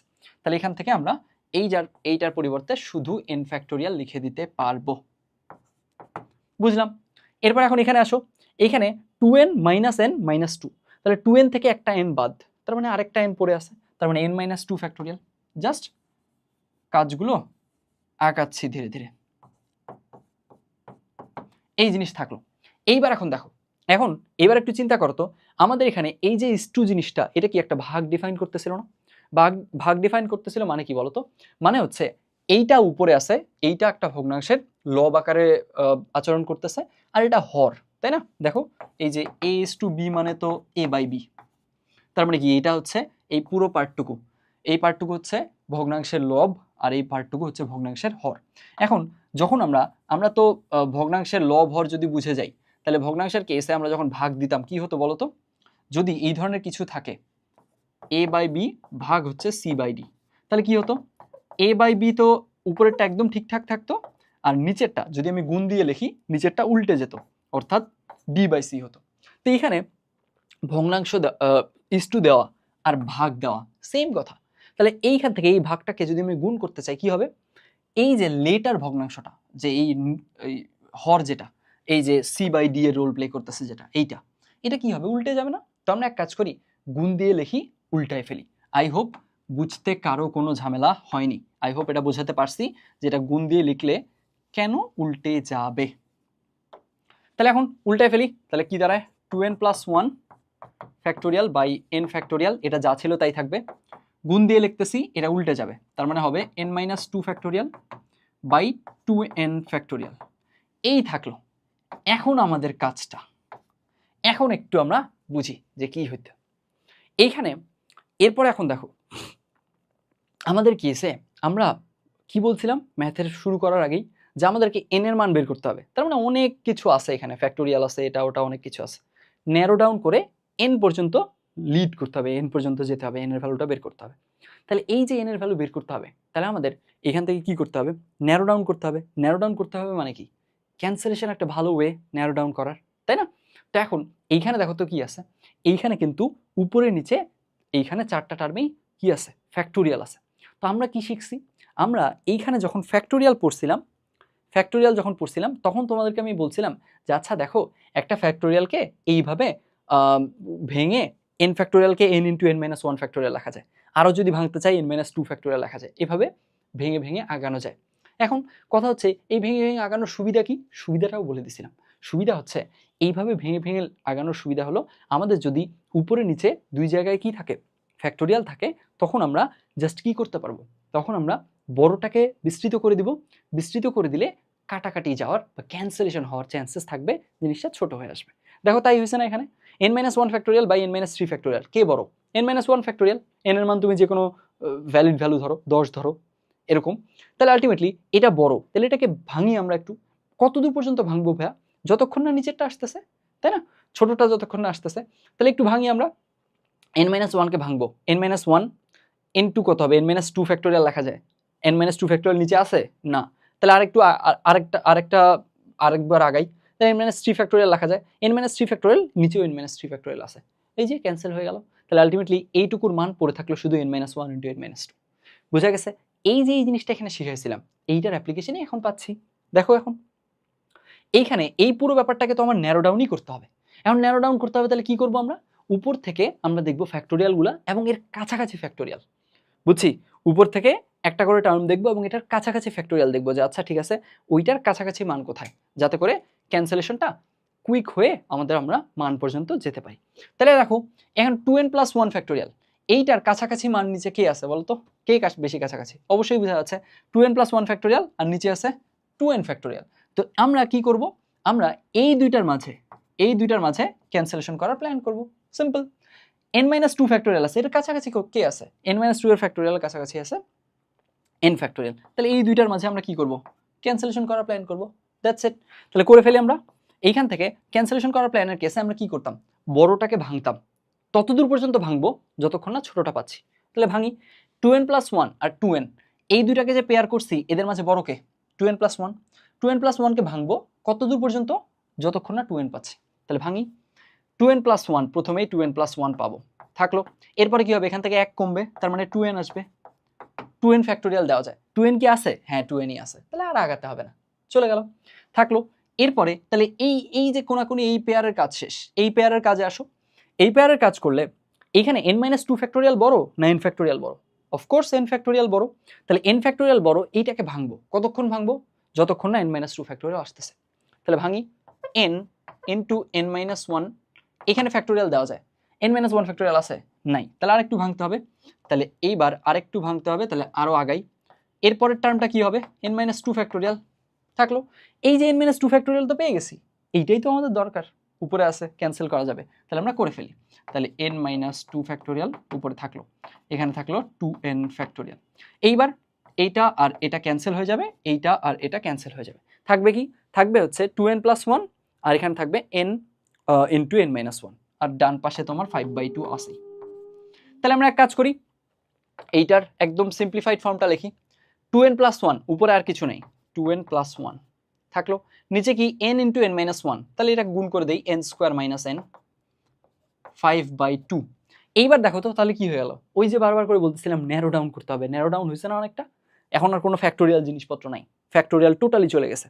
এখন আমাদের সিম্পলি জাস্ট এখানে এইরকম একটা ব্যাপার আছে, এখান থেকে আমরা আর গুণ করে দিব, n এর ভ্যালু চলে আসবে। শুরু করি। তাহলে আর গুণ করলে কি দাঁড়ায় বলো তো? এর সাথে 2 গুণ হবে, তাহলে 4n + 2 ইজ ইকুয়াল টু, এর সাথে 5 গুণ হবে, তার মানে 5n² - 5n থাকলো। এখন এখানে কি চলে আসছে বলো তো? এইখানে একটা দ্বিঘাত সমীকরণ চলে আসছে না? n এর একটা দ্বিঘাত সমীকরণ চলে আসছে, এই যে n এর দ্বিঘাত সমীকরণ আসছে। আচ্ছা, n এর দ্বিঘাত সমীকরণ আসছে, তো আলটিমেটলি দ্বিঘাত সমীকরণ নিয়ে আই গেস স্কুল পর্যায়ে পরিচিতি আমাদের আছে। যদি পরিচিতি নাও থেকে থাকে, দ্বিঘাত সমীকরণ আমরা সলভ করতে পারবো ক্যালকুলেটরের হেল্প নিয়ে, বুঝছি? তাহলে একটু গুছাই নিই দ্বিঘাত সমীকরণটাকে। তাহলে দ্বিঘাত সমীকরণকে গুছানোর কেসে 5n² আছে, তাহলে 5n² থেকে গেল। 4nটাকে যদি আমরা ডান পাশে শিফট করি তাহলে দাঁড়াবে -9n, 2টাকে শিফট করলে -2, এই তো 0। এখন এইটাকে আমরা জাস্ট সিম্পলি ক্যালকুলেটরের হেল্প নিয়ে এটা সলভ করলেই n এর ভ্যালু চলে আসবে। এখন n এর ভ্যালু কি নিতে পারবো কি নিতে পারবো না এটা একটু বুঝি। n এর ভ্যালুর কেসে তুমি ভগ্নাংশ মান নিতে পারবে না, মাইনাস মান নিতে পারবে না, কারণ -2 ফ্যাক্টোরিয়াল হয় না, 7/5 ফ্যাক্টোরিয়াল এরকম হয় না। সবসময় ফ্যাক্টোরিয়ালের কেসে সেই জিনিসটা কি হতে হবে? n এর ভ্যালুটা অবশ্যই নন নেগেটিভ হতে হবে এবং পূর্ণ সংখ্যা হতে হবে। তো এইখানকার কেসে n এর মানগুলো আমরা দেখি বের করে কি আসে। তাহলে আমরা দেখি এইখান থেকে আমরা যদি n এর মান নিতে চাই, আচ্ছা আমি ক্যালকুলেটর ইউজ করতেছি না, আমি জাস্ট ডিরেক্টলি ওই যে দ্বিঘাত সমীকরণ সলভের যে formula -b + -√b² - 4ac / 2a ওটা দিয়ে অ্যাপ্লাই করে ফেলতেছি।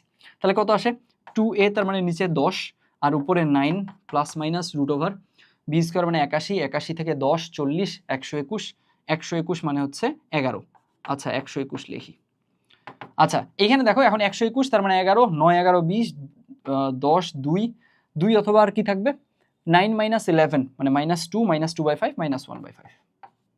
আচ্ছা তাহলে এখান থেকে আমাদের n এর মানটা হচ্ছে হয় 2 না হয় -1/5। তো এখানে তো আমরা কি নিয়ে কাজ করতেছি, n আমাদের আলটিমেটলি একটা পূর্ণ সংখ্যা হতে হবে। তাহলে n যেহেতু পূর্ণ সংখ্যা হতে হবে আর এটা ওই নেগেটিভ সংখ্যা নিয়ে লাভও নাই, সো আলটিমেটলি আমাদের এইখানে এই জিনিসটা হবে না, আমাদের উত্তর হবে এটা। বুঝছি, n = 2, n = 2 হবে আমাদের উত্তর। আচ্ছা এখন এখানে একটা ছোট্ট কেস বলি, যেখানে একটা সংখ্যা নেগেটিভ হবে না। প্রথমে তোমরা নিজেরা চিন্তা করবা, পজ করে চিন্তা করবা, তারপর আমি বলে দিব। ব্যাপারটা হচ্ছে ধরে নাও এখানে n এর ভ্যালু আসছে 2 আর n এর ভ্যালু আসছে ধরে নাও 4, কোনো একটা ভিন্ন ম্যাথে, এই ম্যাথের কথা বলতেছি না, ভিন্ন একটা সিনারিওতে। তখনও কিন্তু আসলে একটা সংখ্যা তাহলে কি হলো, কি বললাম 2 আর 4 আসছে, তাই না? 2 আর 4 যদি আসে, 2 আর 4 মনে করো আসলো এটা 2 আর 4 আসলো।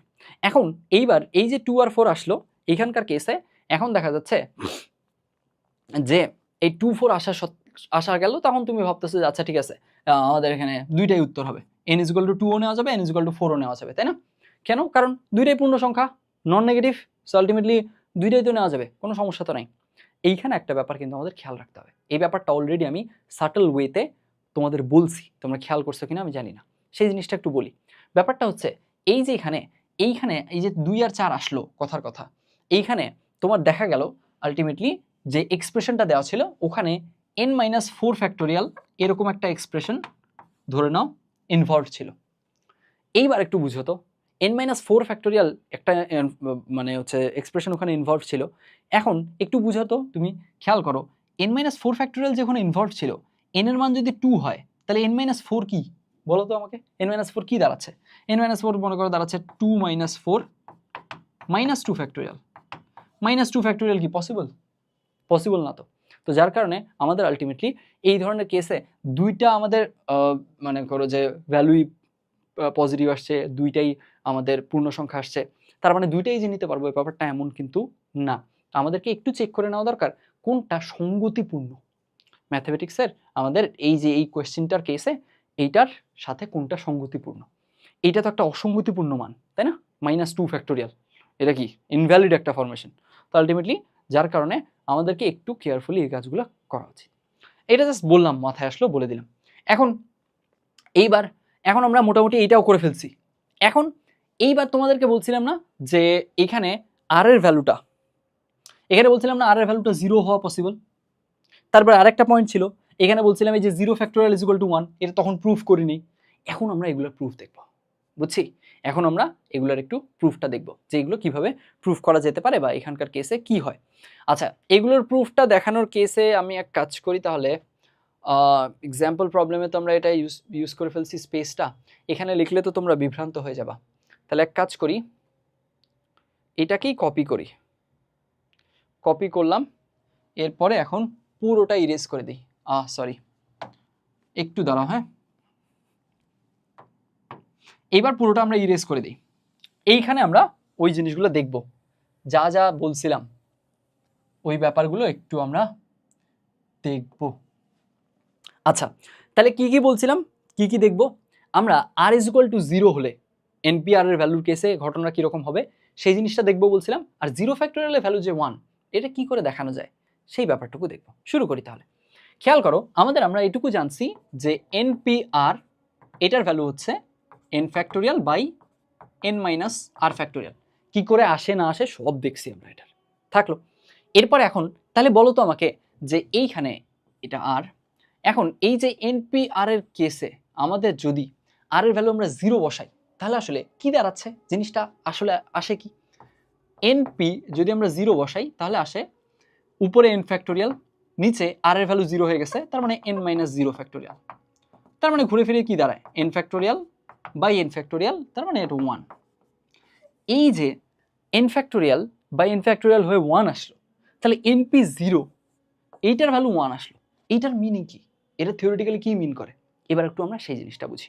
খেয়াল করো, আমরা যখন পারমুটেশন কম্বিনেশন বা বিন্যাস সমাবেশ নিয়ে কাজ করতেছি, তখন আসলে কোনো একটা সার্টেন অ্যামাউন্টের জিনিস দেওয়া আছে, যে 5টা জিনিস দেওয়া আছে, 10টা জিনিস দেওয়া আছে, এইখান থেকে তুমি একটাও নিলা না, তুমি নিলাই না, কিচ্ছু নাও নি ওখান থেকে, এইটাও একটা ফরমেশন বা এইটাও একটা কনফিগারেশন, বুঝছি?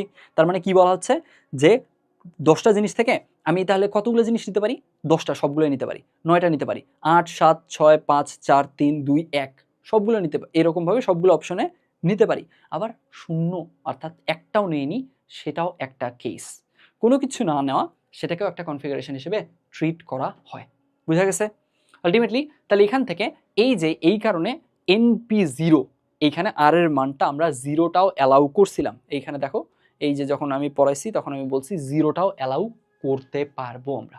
তাহলে জিরো অ্যালাউ করা মানে কি, জিরো অ্যালাউ করা মানে 10টা জিনিস দেওয়া ছিল, আমি ওখান থেকে একটাও নেইনি, তাহলে একটাও নেইনি, এই যে একটাও নেইনি আমি, একটাও না নেওয়া এইটাও একটা কেস, তার মানে np0 এটার ভ্যালু 1 আসবে। এইখান থেকে দেখো np0 এর ভ্যালু অলওয়েজ 1 আসবে, বুঝা গেছে? তাহলে এইখান থেকে এই যে r = 0 হলে ঘটনাটা কি মিন করে, এটা আসলে কি দাঁড়ায়, এটার মান কত, সেই ব্যাপারগুলো ক্লিয়ার হয়ে গেল। এইবার আমরা দেখব 0 ফ্যাক্টোরিয়ালের ভ্যালু কেন 1, সেই ব্যাপারটুকু আমরা একটু দেখা ট্রাই করব। খেয়াল করো আমাদের কেসে আমরা কি দেখছি, আমরা দেখছি যে আচ্ছা আমাদের যদি 3টা জিনিস দেওয়া থাকে, সেখান থেকে আমি মনে করো 3টা নিয়েই কি করব, বিন্যাস করব। কিরকম, এ বি সি 3টা ভিন্ন ভিন্ন জিনিস দেওয়া আছে, এরপর এখন আমি বললাম যে আচ্ছা ঠিক আছে এই 3টা জিনিস দেওয়া আছে এবিসি, এই 3টাকে নিয়েই 3টাকেই নিব, নিয়ে প্যাটার্ন বানাবো। কীরকম প্যাটার্ন বানাতে পারি, এবিসি বানাতে পারি, এসিবি বানাতে পারি, বিএসসি বিসিএ, এরকম বিভিন্ন কিছু বানাতে পারি, তাই না? তো এই যে এটার কেসে যদি আমরা বানাতে যাই তাহলে কি হয় একটু চিন্তা করি তো। আমরা দেখব যে আমরা যদি ফর্মুলাটা অ্যাপ্লাই করি কতগুলো প্যাটার্ন হওয়া পসিবল। এখান থেকে 3 ফ্যাক্টোরিয়াল ফর্মুলা অ্যাপ্লাই করতেছি, 3 - 3 ফ্যাক্টোরিয়াল, তার মানে কত, নিচে 0 ফ্যাক্টোরিয়াল, আর কি হচ্ছে 0 ফ্যাক্টোরিয়াল হচ্ছে, তাহলে 3 ফ্যাক্টোরিয়াল বাই কত আসতেছে 0 ফ্যাক্টোরিয়াল। এই যে দেখো তো, তার মানে কি দাঁড়ালো, আরে 3p3 করলে এইখানে 0 ফ্যাক্টোরিয়াল ইনভলভ হচ্ছে। আচ্ছা 4p4 করলেও কি 0 ফ্যাক্টোরিয়াল ইনভলভ হবে, উত্তর হচ্ছে হ্যাঁ। 5p5 হ্যাঁ।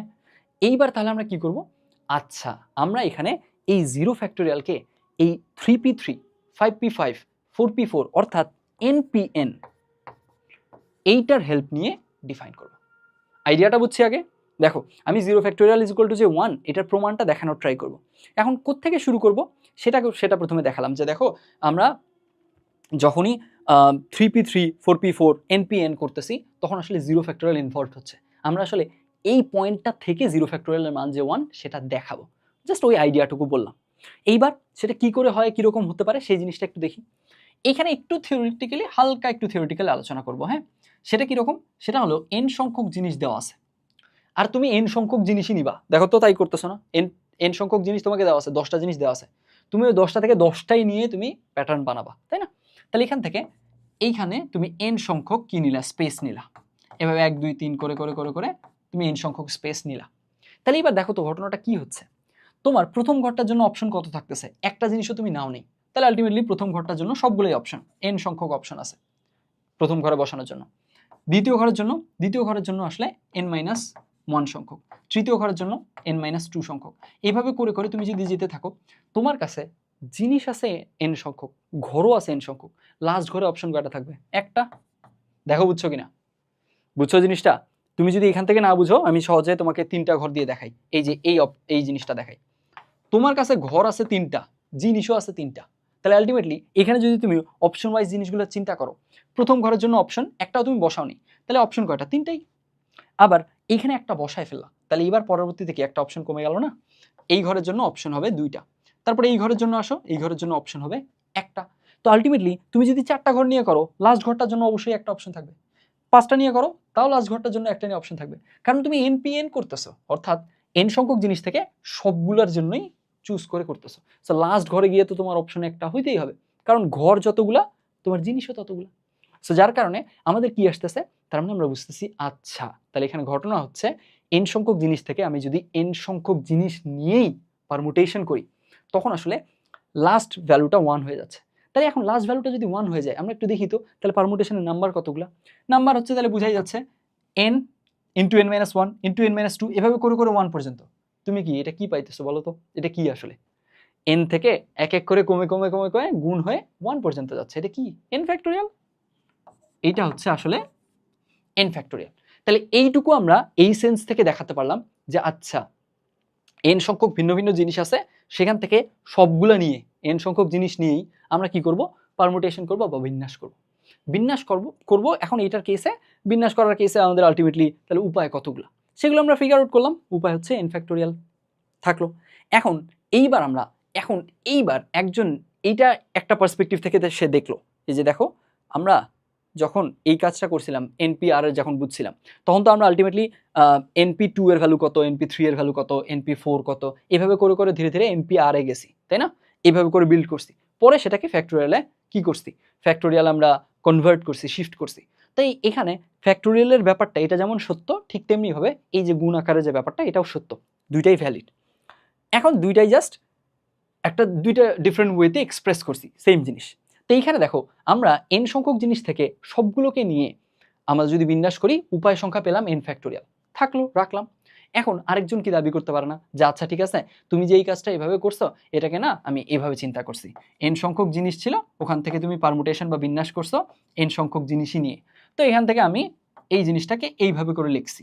এভাবে করে কি লিখছে, এইভাবে করে লিখছে যে আচ্ছা ঠিক আছে n factorial by n minus n factorial, অর্থাৎ n ফ্যাক্টোরিয়াল বাই 0 ফ্যাক্টোরিয়াল। দেখো তো ওর লেখাটা ঠিক আছে না? অফকোর্স ঠিক আছে। এখন দেখো এইবার তুমি বলতে পারো ভাই আপনি এটা কি করতেছেন, 0 ফ্যাক্টোরিয়ালের মান 1 বসায় দেন, n ফ্যাক্টোরিয়াল সেম। 0 ফ্যাক্টোরিয়ালের মান যে 1 এটা তো তুমি আপাতত জানো না, তোমাকে তো দেখাতেই হবে 0 ফ্যাক্টোরিয়ালের ভ্যালু 1। পয়েন্টটা বুঝছো? পয়েন্টটা হচ্ছে আমরা যে এইগুলো এত কথা বলতেছি, এই কাজগুলো এত করতেছি এবং দেখানোর ট্রাই করতেছি, আমরা আসলে ওই পয়েন্টটা মেক করা ট্রাই করতেছি। We don't know 0 factorial is equal to 1, we have to prove 0 factorial is equal to 1। তো দ্যাটস ওয়াই আমি এখানে 0 ফ্যাক্টোরিয়াল ভ্যালু 1 চাইলেও বসাই দিতে পারবো না। আই হ্যাভ টু শো যে আচ্ছা 0 ফ্যাক্টোরিয়াল ভ্যালু 1ই হয়। তো 0 ফ্যাক্টোরিয়াল ভ্যালু যদি 1 হতে হয়, দেখাতে হয়, আমি শুধু একটা পার্সপেক্টিভ থেকে জাস্ট ফ্যাক্টোরিয়াল দিয়ে দেখাতে পারবো? আমার তো দুইটা পার্সপেক্টিভ লাগবে, তাই না? দ্যাটস ওয়াই এখানে আমরা দুইটা পার্সপেক্টিভ আনলাম। আমরা প্রথমে এই যে ঘর দিয়ে জাস্ট এইভাবে করে চিন্তা করে আনলাম যে আচ্ছা ঠিক আছে NP-n এর ভ্যালু অবশ্যই n ফ্যাক্টোরিয়াল হবে, এখান থেকে এটুকু শিওর, আমরা এটুকু শিওর যে NP-n এর ভ্যালু n ফ্যাক্টোরিয়াল হবেই, হইতেই হবে। এইটা এই পার্সপেক্টিভ থেকে বললাম। এখন ওই পার্সপেক্টিভের সাথে এই আরেকটা যে ফ্যাক্টোরিয়ালের পার্সপেক্টিভ আছে এটা মার্জ করব, তাহলে সেখান থেকে আমরা 0 ফ্যাক্টোরিয়ালের ভ্যালু পেয়ে যাব। মার্জ করি তাহলে এবার। এখন ভালো মতো বুঝো 0 ফ্যাক্টোরিয়ালের ভ্যালু যে 1 এটা আমরা জানি না, we have to prove that, that's what we are doing here. তাহলে এখান থেকে আলটিমেটলি এই NP-n এর ভ্যালু আমরা এই পার্সপেক্টিভ থেকে পাইছি n ফ্যাক্টোরিয়াল। তাহলে এখানে আমরা ওই জিনিসটা বসাই দেই তো, এই যে এইটুকুর ভ্যালু n ফ্যাক্টোরিয়াল বসালাম। আবার আমরা দেখছি যে আচ্ছা NP-n এর ভ্যালুর কেসে এটা তো ফ্যাক্টোরিয়ালের পার্সপেক্টিভ থেকে দেখলে n ফ্যাক্টোরিয়াল বাই 2 0 ফ্যাক্টোরিয়াল। তাহলে আমরা কি পাচ্ছি, তাহলে আমরা পাচ্ছি আচ্ছা তার মানে 0 ফ্যাক্টোরিয়াল ইজ ইকুয়াল টু 1। বুঝছো ব্যাপারটা? তাহলে এখান থেকে আমরা 0 ফ্যাক্টোরিয়াল ভ্যালু যে 1 এটা প্রুফ করে ফেললাম। এইভাবে করে তোমাদের পাঠ্য বইগুলোতেও প্রুফ করা আছে। এই জিনিসটা মাঝে মাঝে আসে এইচএসসিতে, এই কারণে দেখালাম। ক্লিয়ার হয়েছে? এটা কনফিউজিং লাগতেছে কি এখনো? কনফিউজিং লাগার কথা না। তাও আমরা একটু পুরোটা এখন পর্যন্ত যা পড়ছি পুরোটা একেবারে টোটালি শুরু থেকে শেষ পর্যন্ত আমরা একটা সামারি দেখব। আশা করা যায় এই রিভিউটাতে কারো যদি কোনো ডাউট থাকে সেগুলো ক্লিয়ার হয়ে যাবে। শুরু করি আমরা। হ্যাঁ, তো আমরা শুরু করি, 9 পেজ পড়ছি আমরা, শুরু থেকে আগাই। এই যে প্রথমেই আমরা বিন্যাস ও সমাবেশ কি এই ব্যাপারটুকু বুঝছিলাম। এই ব্যাপারটুকু বুঝার কেসে আমরা কি করছিলাম, আচ্ছা আমাদের তো আসলে এই টুলগুলোর সাথে তখন পরিচিতি নেই, আমরা তখন ম্যানুয়ালি কাজ করছি। তো তখন আমরা কি দেখছি যে আচ্ছা আমাদেরকে 3টা ভিন্ন ভিন্ন জিনিস দেওয়া ছিল। সেম জিনিসও দেওয়া থাকতে পারে, সেম জিনিসও দেওয়া থাকতে পারে, সেটা পরের আলোচনা, সেটা নিয়ে আমরা ডিসকাস করব, কোনো সমস্যা নেই। তাহলে 3টা ভিন্ন ভিন্ন জিনিস দেওয়া ছিল, সেখান থেকে আমাকে বলা হলো যে আচ্ছা এইখান থেকে 2টা করে করে নিয়ে প্যাটার্ন বানাও। প্যাটার্ন বানাও মানে কি, এ বি একটা প্যাটার্ন, বি আলাদা প্যাটার্ন। তার মানে এই যে প্যাটার্ন বানাচ্ছি আমি, অ্যারেঞ্জমেন্ট করতেছি, তার মানে এখানে অর্ডার ম্যাটার করে, ক্রমটা ম্যাটার করে, ক্রমটা ইম্পর্টেন্ট। ক্রম পরিবর্তন করলে কাউন্ট বাড়বে, এরকম ঘটনা থাকলো। এইভাবে সাজালাম। আরেকজন আমাকে বললো যে আচ্ছা দেখো এইখান থেকে তো 3টা ভিন্ন ভিন্ন জিনিস আছে, তুমি এখান থেকে 2টা করে নিয়ে এবার তোমাকে আর প্যাটার্ন সাজাতে হবে না, তুমি গ্রুপ ফর্ম করো। কয়টা গ্রুপ ফর্ম করা যায়, 3টা থেকে 2টা করে করে নিলে, তখন এখানে আমরা গ্রুপ ফর্ম করছি। এই যে 2টা কাজ করছি, এই 2টাই মেইনলি হলো আমাদের বিন্যাস আর সমাবেশ। এই বামের কাজটা এটা বিন্যাস, এইটা সমাবেশ। তার মানে বিন্যাস জিনিসটা কি, একটা সার্টেন অ্যামাউন্ট অফ জিনিস থেকে রিপিটেশন থাকতেও পারে, নাও থাকতে পারে, সেখান থেকে আমরা কি করতে পারি, ওখান থেকে সার্টেন কিছু এলিমেন্ট নিয়ে আমরা যদি অ্যারেঞ্জমেন্ট করি, যেই অ্যারেঞ্জমেন্টগুলোতে কি করবে, ক্রম ম্যাটার করবে, আমাদের অর্ডার ম্যাটার করবে, সেইটাই হচ্ছে মেনলি বিন্যাস। আর এইখানকার কেসে আমাদের যখন হচ্ছে আমরা সার্টেন অ্যামাউন্ট অফ এলিমেন্ট থেকে আমরা কি করব, গ্রুপ ফর্ম করব, দল গঠন করব, এই ধরনের কাজে অর্ডার ম্যাটার করবে না, এই জিনিসটা হচ্ছে সমাবেশ। আমাদের বেসিক আইডিয়াটা হয়ে গেছে। তারপরে আমরা আগাই। এরপরে আমরা দেখলাম যে আচ্ছা বিন্যাস সমাবেশ কেন গুরুত্বপূর্ণ, এই ব্যাপারটা যে আসলেই এত ইন্টারেস্টিং, এই ব্যাপারটুকু বোঝানোর জন্য আমি 2টা এক্সাম্পল দিয়েছিলাম। কি বলছিলাম, আমরা তো বেশিরভাগ মানুষ এই ভিডিওটা ফোনে দেখতেছি, আমাদের বাংলাদেশের মোবাইল ফোনের নাম্বারটা 11 ডিজিট এখন। আগে 2006 সাল বলো বা তার আগে কিন্তু এই জিনিসটা 11 ডিজিট ছিল না, 10 ডিজিট ছিল। এখন কথা হচ্ছে 10 ডিজিট থেকে কেন 11 ডিজিট করার প্রয়োজনীয়তা পড়লো, সেই ব্যাপারটার মধ্যে বিন্যাস সমাবেশ আছে। সেটা কি, এটা হচ্ছে এরকম, আমরা যে কোনো একটা সার্টেন অপারেটর, গ্রামীণ ফোনের অপারেটরের জন্য প্রথম 3টা ডিজিট ফিক্স ধরে নিলাম, তাহলে টোটাল 10 ডিজিট, প্রথম 3টা ফিক্স, তার মানে পরে 7টা হচ্ছে চেঞ্জ করা যাবে, এখানে অ্যারেঞ্জমেন্টের ব্যাপার স্যাপার আছে। এই 7টাকে আমরা হোয়াইট কালার বক্স দিয়ে ডিফাইন করলাম। এরপরে দেখলাম যে আচ্ছা একটা ডিজিটে যদি মোবাইল নাম্বার হতো, কতগুলো মোবাইল নাম্বার আমি দিতে পারতাম, 10টা, 0 থেকে 9। 2টা ডিজিট যদি হতো, 00 থেকে 99, 100টা। যদি 3 ডিজিটের হতো, 000 থেকে 999, 1000টা। তো আলটিমেটলি এই যে এখানে বুঝতেছি আমরা সংখ্যা দিয়ে জিনিসটা চিন্তা করা যাচ্ছে, এইভাবে করে করে 7 ডিজিটের জন্য কত হবে সেটা আমরা বের করতে পারবো। কিন্তু কথা হচ্ছে এইখানে 7 ডিজিটের জন্য বের করতে পারবো, কিন্তু কথা হচ্ছে আমরা এটা একটু মেথডিক্যাল অর্ডারে আগাই। আচ্ছা তখন তো মেথডিক্যাল অর্ডারে বলছি, এখন তুমি যদি সংখ্যা দিয়ে চিন্তা করো তাও হবে। এটার জন্য তোমার 10, 100, 1000, 10,000, 1 লাখ, 10 লাখ, 1 কোটি। দেখো আমাদের কিন্তু তাই বলছিলাম, 1 কোটি বলছিলাম, তাই না? তো আলটিমেটলি এই জিনিসটা সংখ্যা দিয়ে চিন্তা করেও করা যায়। আবার আমরা এটাকে একটু মেথডিক্যাল অর্ডারে আগাই, তখন ওখানে একটু ছোট্ট ব্যাপারটা তোমাকে বলছিলাম যে আচ্ছা দেখো এইখানে এই জায়গাটায় বসতে পারে 10টা ডিজিট, 0 থেকে 9 যে কোনোটা। আবার ওই প্রত্যেকটার জন্য এই জায়গায় আরো 10টা বসতে পারে, কারণ এরকম তো কোনো কথা নেই যে আচ্ছা ঠিক আছে ওখানে এটা বসলে 7 বসলে এখানে 7 বসানো যাবে না, এমন তো না, রিপিটেশন তো সম্ভব। তাহলে আলটিমেটলি কি দেখতেছি, এখানে 10টা বসলে এদের প্রত্যেকটার জন্য এখানে 10টা অপশন। ওই যে তখন এক্সাম্পল দিছিলাম, আমার ক্লাসে 25 জন স্টুডেন্ট, ওদের প্রত্যেকের কাছে 10টা বই, তার মানে কত, টোটাল বই সংখ্যা কত, 25 × 10, 250। ঠিক এখানেও তাই, তার মানে আমাদের 2 ডিজিট যদি হয় তাহলে আসলে আলটিমেটলি মোবাইল নাম্বারের কেসে কতগুলো মোবাইল নাম্বার জেনারেট করা যাবে, 10 × 10, 100টা। 3 ডিজিটের জন্য 10 × 10 × 10, 10⁻3, তার মানে 7 ডিজিট আছে, তাহলে মোবাইল নাম্বার জেনারেট করা যাবে 10⁻7, 1 কোটি সংখ্যক থাকলো। কিন্তু 1 কোটি সংখ্যক বাংলাদেশের জনসংখ্যা ক্রমাগত বাড়তেছে, আবার একাধিক সিম একই মানুষ ওন করে, আলটিমেটলি তো বুঝাই যাচ্ছে 1 কোটি আসলে এনাফ নাম্বার না। দ্যাটস ওয়াই তখন কি করা হয়েছিল, এইখানে আরেকটা ডিজিট অ্যাড করা হয়েছে, 10 ডিজিট থেকে মোবাইল নাম্বারকে 11 ডিজিটে সুইচ করানো হয়েছে, যাতে করে কি হয়, যাতে করে আমাদের এইখানে ক্যাপাসিটিটা বেড়ে যায়। আচ্ছা কতজন মানুষকে ভিন্ন ভিন্ন নাম্বার প্রোভাইড করা যাবে, কতগুলো সিম প্রোভাইড করা যাবে। তো তখন আমরা দেখলাম এই জিনিসটা 1 লাফে 10 গুণ হয়ে গেল, কারণ আরেকটা ডিজিট আসছে, 10 গুণ হইলো, 10 গুণ হয়ে গেলে তখন এটা 10 কোটি দেওয়া গেল, বুঝছি? তাহলে একটা সার্টেন অপারেটরকে এখন 10 কোটি সংখ্যক স্পেস বা 10 কোটি সংখ্যক কি দেওয়া যাবে, ভিন্ন ভিন্ন কনফিগারেশন বা নাম্বার, মোবাইল নাম্বার প্রোভাইড করা যাবে। এখন গেল এটা, এই ব্যাপারটুকু বুঝলাম। এরপরে আমি বলছিলাম যে আচ্ছা ঠিক আছে, আমরা যে এই ভিডিওগুলো দেখতেছি বেশিরভাগ মানুষ তো এটা ইউটিউবে দেখতেছি, ইউটিউবের কেসে লিঙ্কের ব্যাপার আছে না, প্রত্যেকটা ইউটিউব ভিডিওর ডিফারেন্ট লিঙ্ক থাকে। এই যে প্রত্যেকটা ইউটিউব ভিডিওর ডিফারেন্ট লিঙ্ক থাকে, এই লিঙ্কের কেসে এই লিঙ্কটা বা ইউআরএল এর লেন্থ হয় 11। এখন এই 11 লেন্থের কেসে প্রত্যেকটা স্পেসে আমাদের 64টা ডিফারেন্ট জিনিস বসানোর অপশন আছে, 0 থেকে 9, ক্যাপিটাল এ থেকে ক্যাপিটাল জেড, স্মল এ থেকে small Z, hyphen N underscore. তাহলে 64টা অপশন আছে। ঠিক একইভাবে এইটার মতো করি, তাহলে 11 লেন্থে 64⁻11, এই নাম্বারটা হিউমঙ্গাসলি বেগ, এটা ভীষণ বড় একটা নাম্বার। তো আলটিমেটলি এরকমভাবে আমার মেইনলি মোটিভ ছিল এটা বোঝানো যে আমরা দৈনন্দিন লাইফে যা যা দেখতেছি এগুলোর মাঝেই প্রায় প্রত্যেকটা জিনিসের মধ্যেই প্যাটার্ন ইনভলভড, এরকম শত শত এক্সাম্পল দেওয়া যাবে। এই যে ইন্টারেস্টিং ব্যাপারটা, বিন্যাস সমাবেশ ব্যাপারটা, এইটাতেই এখন আমরা এরপরে ডিপ ডাইভ করছিলাম। আগাই তাহলে, যেহেতু আমরা এখানে কাউন্ট করব, গণনা করব, তাই না? তো এখন এই পুরো চ্যাপ্টার জুড়ে যেহেতু গণনা করব, তো গণনার বেসিক নিয়ম আমাদের জানা উচিত। তো সেখানে গণনার বেসিক নিয়ম ছিল দুইটা, একটা হলো গণনার যোজন বিধি, বিধি মানে নিয়ম, যোজন মানে যোগ, তার মানে গণনার কেসে কখন জেনারেলি আমরা যোগ করব সেটার একটা নিয়ম, আর গুণন বিধি মানে কখন গুণ করব সেটার একটা নিয়ম। তো এই ব্যাপারটা নিয়মটা আমরা জেনারেলি সবাই বুঝি। সেটা কিরকম, যে আচ্ছা এখানে 3টা উপায়ে ঢাকা রাজশাহী থেকে ঢাকা যাওয়া যায় বাসে, বাসে উপায় আছে 3টা, প্লেনে আছে 2টা, ট্রেনে আছে 1টা, তাহলে টোটাল উপায় কয়টা? অফকোর্স 6টা। এটার জন্য তো আসলে আলটিমেটলি এরকম কোনো বিধি টিধি জানার প্রয়োজন নাই, আমরা তো কমন সেন্সেই বলতে পারি। তার মানে আমাদের ওই সেন্সটা কনসিয়াসলি হোক সাবকনসিয়াসলি হোক আমাদের মাঝে আছে, জাস্ট আমরা ওই সেন্সটাকে এবার আরও কনসিয়াস করব। বুঝছি? তাহলে গণনার যোজন বিধি ব্যাপারটা বেশ সহজ, বুঝছি, এক্সাম্পলটা বুঝছি। তারপরে গুণন বিধিতে আসলাম। গুণন বিধিতে বলছিলাম রাজশাহী থেকে টাঙ্গাইল যাওয়ার উপায় আছে 2টা, আর টাঙ্গাইল থেকে ঢাকা যাওয়ার উপায় আছে 3টা। তো আমাকে রাজশাহী থেকে প্রথমে টাঙ্গাইল যেতে হবে, তারপরে ঢাকা যেতে হবে, এই আমাকে এইটাই দেওয়া আছে ইনস্ট্রাকশন। তাহলে মোট কত উপায় আমরা যেতে পারি?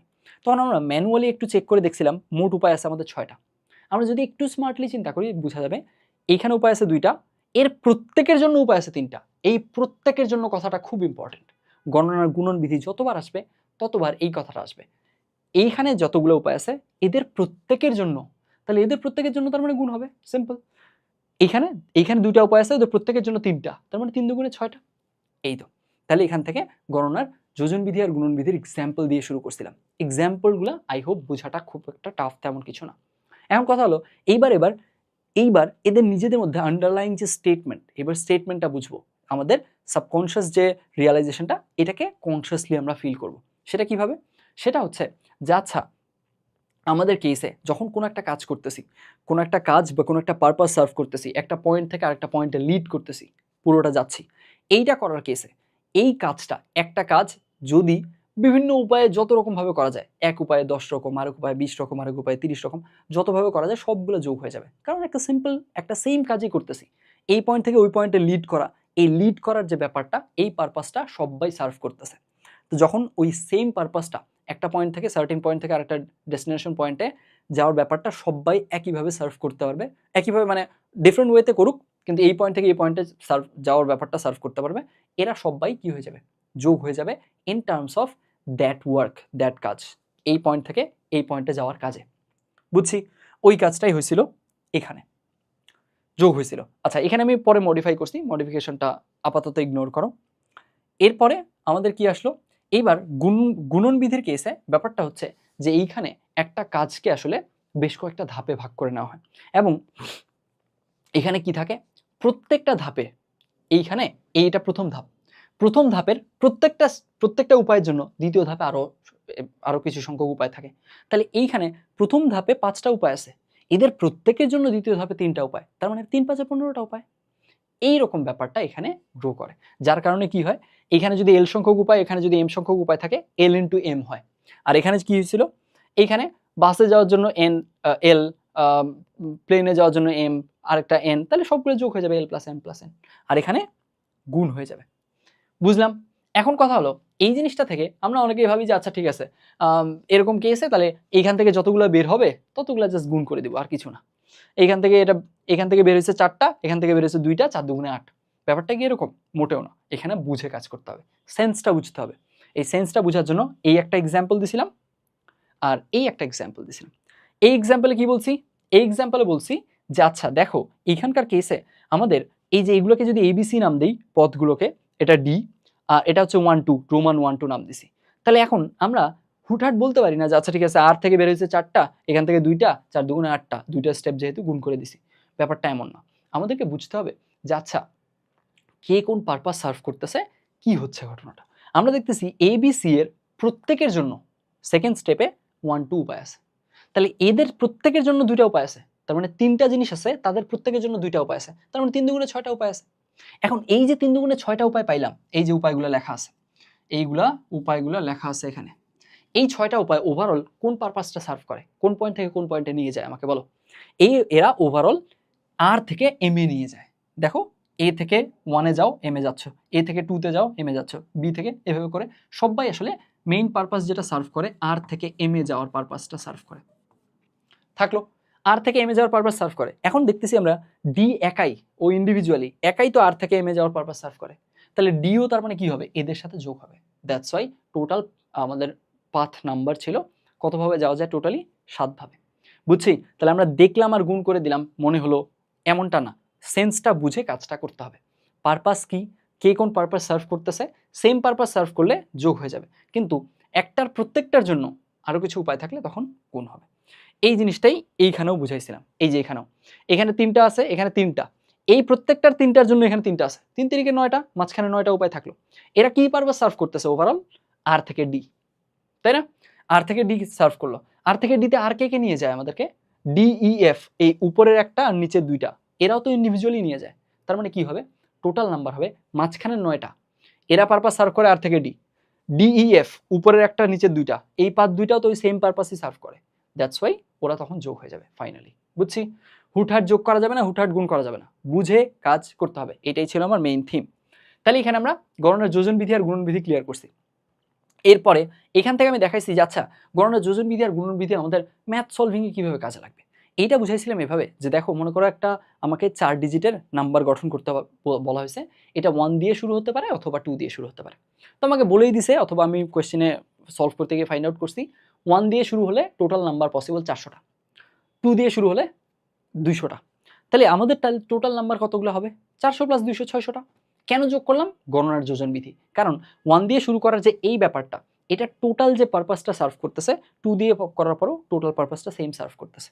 তো যখন এই দুইজনের একটা সেম পারপাস সার্ভ করতেছে, দুইজনই একটা সার্টেন পয়েন্ট থেকে একটা নির্দিষ্ট ডেস্টিনেশনে দুইজনই নিয়ে যাচ্ছে, তখন ওরা যোগ হয়ে যাবে। ফাইন। কিন্তু কখন গুণ হবে?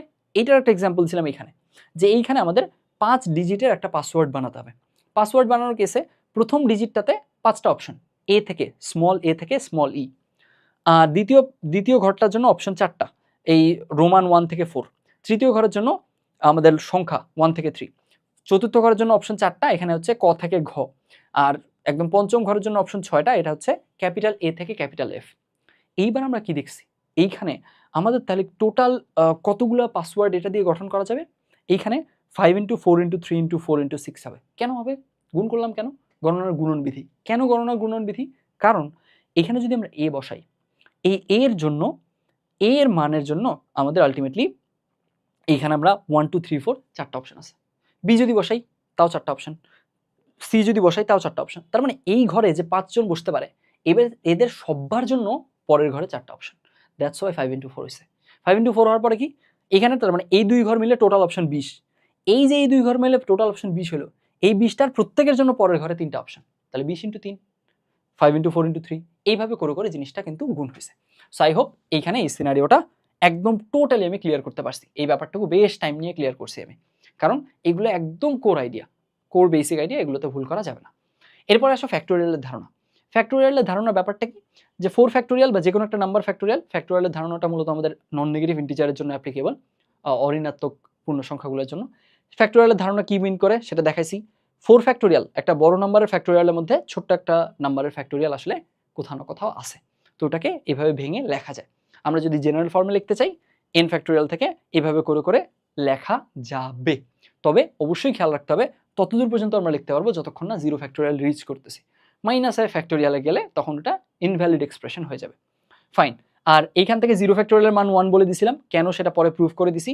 আর এখান থেকে এই যে ফ্যাক্টোরিয়ালের যে ক্যান্সেলেশনের ব্যাপারটা, ফ্যাক্টোরিয়ালকে ভেঙে লেখার সুবিধা কি সেই জিনিসটা দেখানো হয়েছে।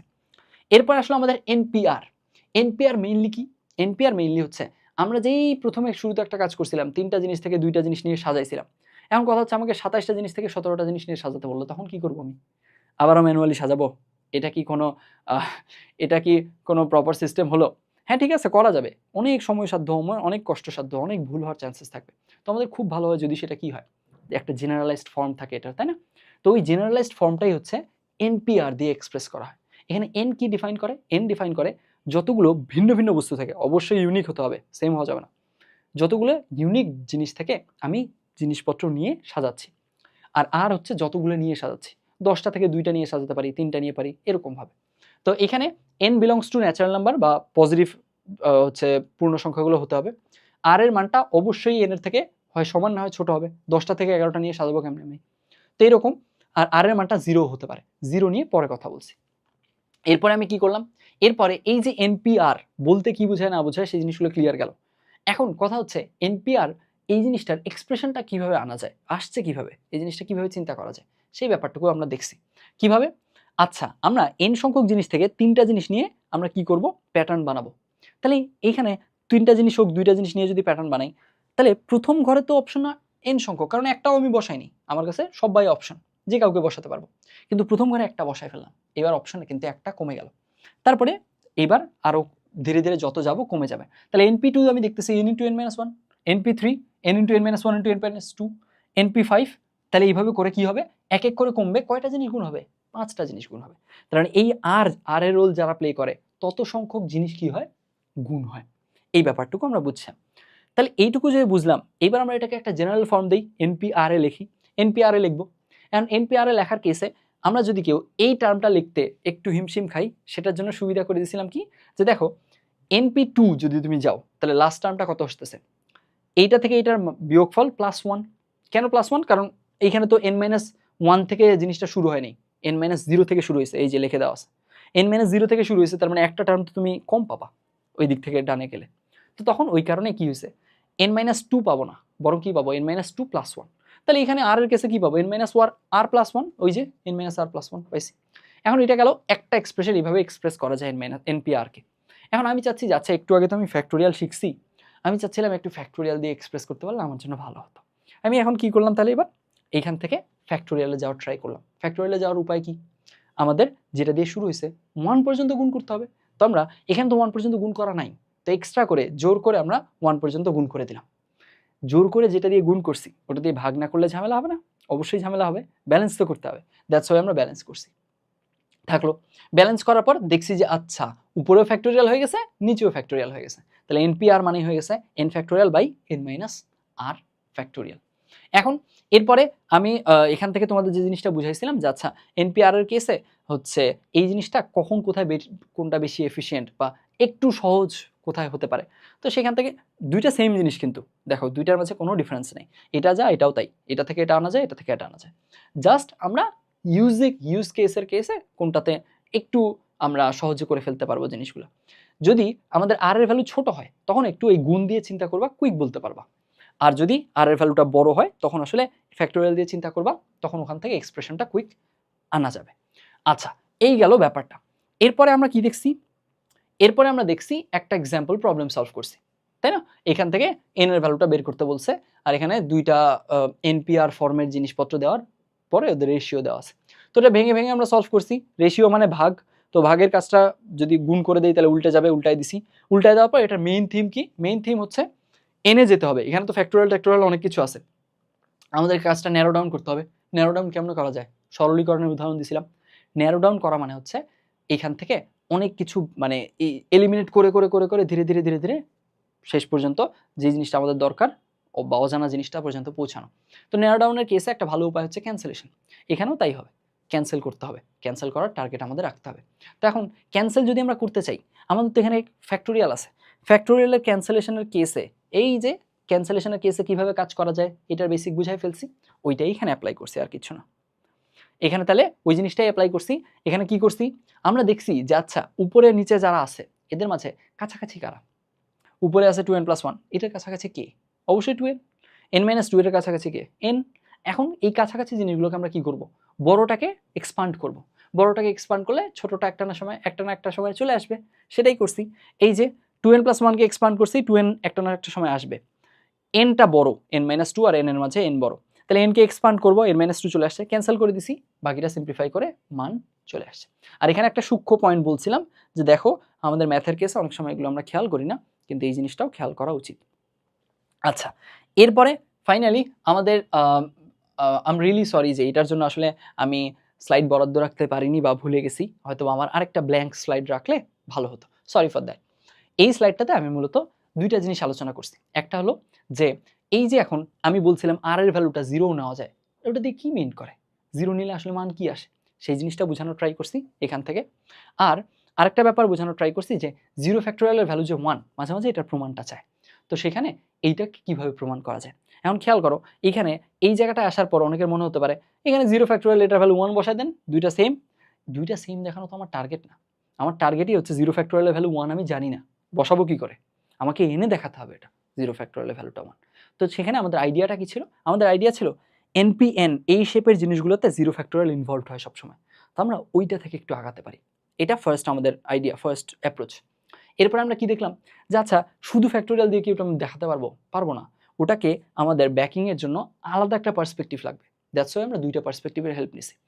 এইখানে আমরা জিনিসটাকে এইভাবে জাস্ট ঘর ওয়াইজ সাজায়, ওই অনুযায়ী অপশন ওয়াইজ সাজায়, n ফ্যাক্টোরিয়াল আনছি, NPN এর ভ্যালু n ফ্যাক্টোরিয়াল হবে, শিওর হলাম এই পার্সপেক্টিভে। এখন কথা হলো আরেকজন দাবি করতে পারে আরে NPN এর ভ্যালু তো ফ্যাক্টোরিয়াল দিয়েও লেখা যায়, তুমি না হয় ওইভাবে বের করছো, ঠিক আছে আমি একটু ফ্যাক্টোরিয়াল দিয়ে লিখে দেখি। তো ফ্যাক্টোরিয়াল দিয়ে লিখে দেখলো n ফ্যাক্টোরিয়াল বাই 0 ফ্যাক্টোরিয়াল আসলো। এখন এই দুটো তো সেম জিনিস, এখানেও NPN ওখানেও NPN, দ্যাটস ওয়াই দুটো ইকুয়াল। এই যে দুটো ইকুয়াল করে দিলাম, সেখান থেকে 0 ফ্যাক্টোরিয়াল ভ্যালু 1 দেখানো গেল। এই হলো আমাদের আজকের এই ভিডিওটার ফার্স্ট ক্লাসটার আলোচনা। এখানে দেখো খুবই বেসিক জিনিসপত্র আলোচনা করছি, এখনো ওরকম আমরা ডেপথে যাইনি বা ওরকম কঠিন কিছু বা কমপ্লেক্স লাগতে পারে এরকম কিছু দেখিনি। আশা করা যায় বিন্যাস পুরোটাই কঠিন ইনশাল্লাহ লাগবে না, বুঝছি। এটা জাস্ট যদি আমরা স্টেপগুলো বুঝতে পারি, এটা কেন করতেছি, কাজটা কেন হচ্ছে, তাহলেই আসলে জিনিসগুলো অতটা টাফ লাগার কথা না। এখন তাহলে এই যে এই বিন্যাস চ্যাপ্টার বলো বা সমাবেশ বলো, এই পুরো চ্যাপ্টারটার কেসে আমার তোমাদের প্রতি পড়ার যে সাজেশন, যে আচ্ছা ঠিক আছে কিভাবে পড়বো, কিভাবে সবচেয়ে এফিশিয়েন্ট ওয়েতে এখান থেকে আমি নিজের জন্য বেনিফিট ড্র করতে পারি, সেটার সাজেশন হচ্ছে হজম করে করে পড়া। এই জিনিসটা খুবই জরুরি সব সময়। ম্যাথ যখনই পড়তেছো আমার সাজেশন থাকবে এই জিনিসটা এইভাবে পড়ার। কীরকম? মনে করো যে কোনো একটা সার্টিন টপিক পড়তেছো, তুমি ধরো নাও ছোটোবেলার ত্রিকোণমিতি পড়তেছো। এখন ত্রিকোণমিতির কেসে তুমি দেখলা যে আচ্ছা ঠিক আছে বিভিন্ন চতুর্ভাগে বিভিন্ন ভ্যালুর মান কীরকম হতে পারে, সাইন কোথায় পজিটিভ, কোথায় কস পজিটিভ, কোথায় নেগেটিভ, এই ব্যাপারগুলো সম্পর্কে মনে করো আইডিয়া দেওয়া হলো। এখন তোমার তারপরে ধীরে ধীরে টিচার আরও বিভিন্ন টপিক নিয়ে ধীরে ধীরে আলোচনা আসতেছে। এখন আমাদের স্টুডেন্টদের অনেকের কেসে আমি যে জিনিসটা খেয়াল করি যে দেখা যায় আচ্ছা প্রথম দিকে বুঝছি, ঠিক আছে বুঝলাম, দ্বিতীয় টপিক আসছে সেটাও বুঝছি, তৃতীয় টপিক আসছে বুঝছি। দেখো একটা জিনিস বুঝতে পারা বা বুঝতে পারার ক্যাপাবিলিটি থাকা, যে আমার সামর্থ্য আছে বোঝার আর আমি পারফর্ম করে দিয়ে আসতে পারি পরীক্ষায়, এই দুটোর মাঝে ডিফারেন্স আছে, এটা বুঝতে হবে ভালো মতো। তোমার বোঝার সামর্থ্য আছে, দ্যাট ডাজন্ট নেসেসারিলি মিন যে তুমি ওটা খুব ভালো পারফর্ম করে দিয়ে আসতে পারবো পরীক্ষার খাতায়। তোমার তো পারফরমেন্স দরকার। তো এই কারণে আমাদের খুব বেশি দরকার ম্যাথ বোঝার কেসে, এটা খুবই এফিশিয়েন্ট একটা ওয়ে হচ্ছে হজম করে করে পড়া। একটা ব্যাপার হজম করে করে পড়া মানে কি মিন করতেছি, মনে করো একটা ব্যাপার পড়লাম, এই টপিকটা এইটা আমি টোটালি হজম করতে পারছি বা এই জিনিসটা সে সম্পর্কে আমার আইডিয়া একদম টোটালি ক্লিয়ার হয়ে গেছে। এটা থেকে আমাকে প্র্যাকটিস প্রবলেম দেওয়া হলেও আমি এটা বেশ ভালো এফিশিয়েন্ট ওয়েতে ওয়ার্কআউট করতে পারবো। ফাইন, এরপরে আরেকটু আগালো, ঠিক আছে আরেকটু কনসেপ্টটা গ্রো করলো, আরেকটু আগালো টিচার।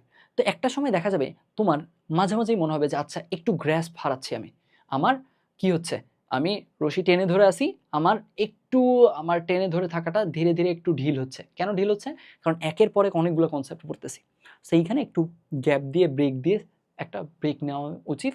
ব্রেক নিয়ে নিজে কী কী পড়লাম বা টিচার কী কী পড়ালো, ওই টপিকগুলো আমি নিজে বোঝাতে পারতেছি কিনা, আমার নিজের আন্ডারস্ট্যান্ডিংটা নিজের কাছে ক্লিয়ার আছে কিনা, এইটুকু আগে রিচেক করে নেওয়া।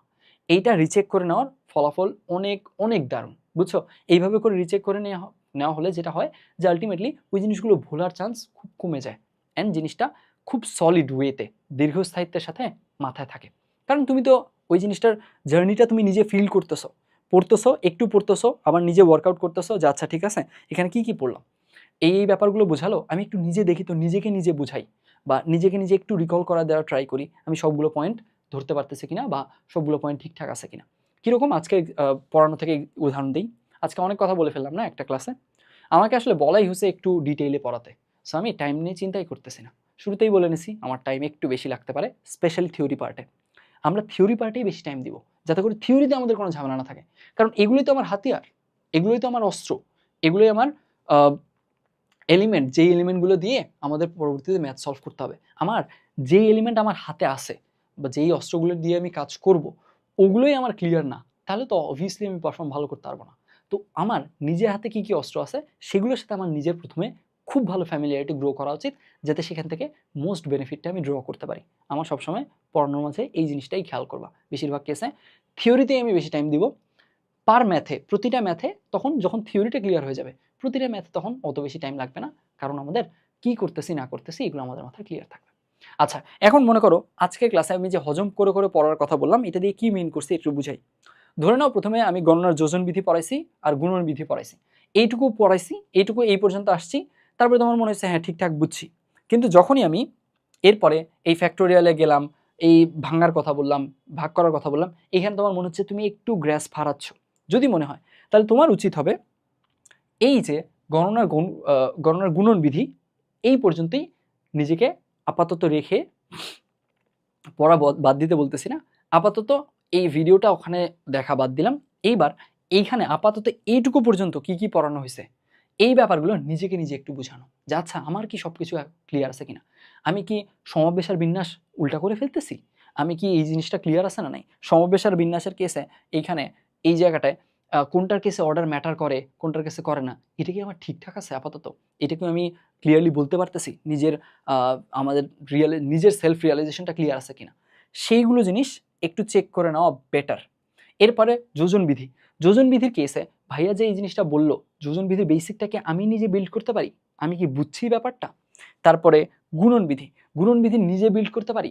তারপরে যোজন বিধি গুণন বিধি দুইটা একসাথে কম্বাইন করে এরকম একটা প্রবলেম আমি নিজে সেট করে অথবা বইয়ে দেখে এই জিনিসটাকে নিজে ওয়ার্কআউট করতে পারি। এইভাবে করে করে তুমি যদি হজম করে করে পড়ো, দেখবা যে এতবার বইটা পড়া লাগবে না। তোমাদের মাঝে অনেকে দেখা যায় যে বইটা অনেকবার রিভাইজ করছি কিন্তু স্টিল কনসেপ্টে ক্লিয়ার না। কেন ক্লিয়ার না? কারণ তুমি একবারও ক্লিয়ার করে পড়ো নাই। বুঝছো ব্যাপারটা? তোমার পড়াটা যেটা হয়েছে প্রতিবারই উপরে উপরে পড়ছো। সো আলটিমেটলি কখনোই ওই জিনিসগুলোর কর্নার কেসগুলো নিয়ে ওখানে আসলে কি কি কোন কোন সিনারিও হতে পারে, এখানে আমার কোন কোন সিনারিওতে সতর্ক থাকতে হবে, কোথায় আমাদের ভুলের চান্সেস থাকতেছে, কোথায় আমাদের কোন স্টেপটা কেন নিচ্ছি, এই ব্যাপারগুলো চিন্তা করে করে যদি আমরা পড়ি তাহলে দেখা যাবে আমরা একটা জিনিস জাস্ট একটা চ্যাপ্টার পুরো ইয়ারে মাত্র কয়েকবার গোছু করা হয়েছে, কিন্তু যতবারই গোছু করা হোক না কেন আমার যেহেতু সবগুলো পয়েন্ট একদম ক্লিয়ার আছে আমি খুব ভালো পারফর্ম করতে পারতেছি। আদারওয়াইজ আমি জাস্ট প্রতিবারই উপর উপর পড়তেছি, 5-6 বার পড়ছি, প্রতিবারই উপরে উপরেই পড়ছি, সো আলটিমেটলি আমার কর্নার কেসগুলো তো কখনোই ধরা যাবে না। আমি তো ওগুলো জিনিস কাজই করিনি, 6 বার 10 বার যতবারই পড়ি ওটা নিয়ে তো আমি কাজ করতেছি না। সো ওটা ধরতে পারার চান্সেস কম। তো এই কারণে আমাদের ট্রাই করতে হবে আমরা যতবারই পড়ি না কেন যখন পড়তেছি খুব ভালো মতো যাতে হজম করে পড়া থাকে, অর্থাৎ আমার যেই জিনিসগুলো পড়তেছি সেগুলোর নিজের সেলফ রিয়ালাইজেশনটা স্ট্রং থাকে। তো এইগুলো সব করতে থাকো, আমরা তাহলে নেক্সট লেকচারে এরপর থেকে শুরু করব। ভালো থেকো সবাই, আসসালামু আলাইকুম।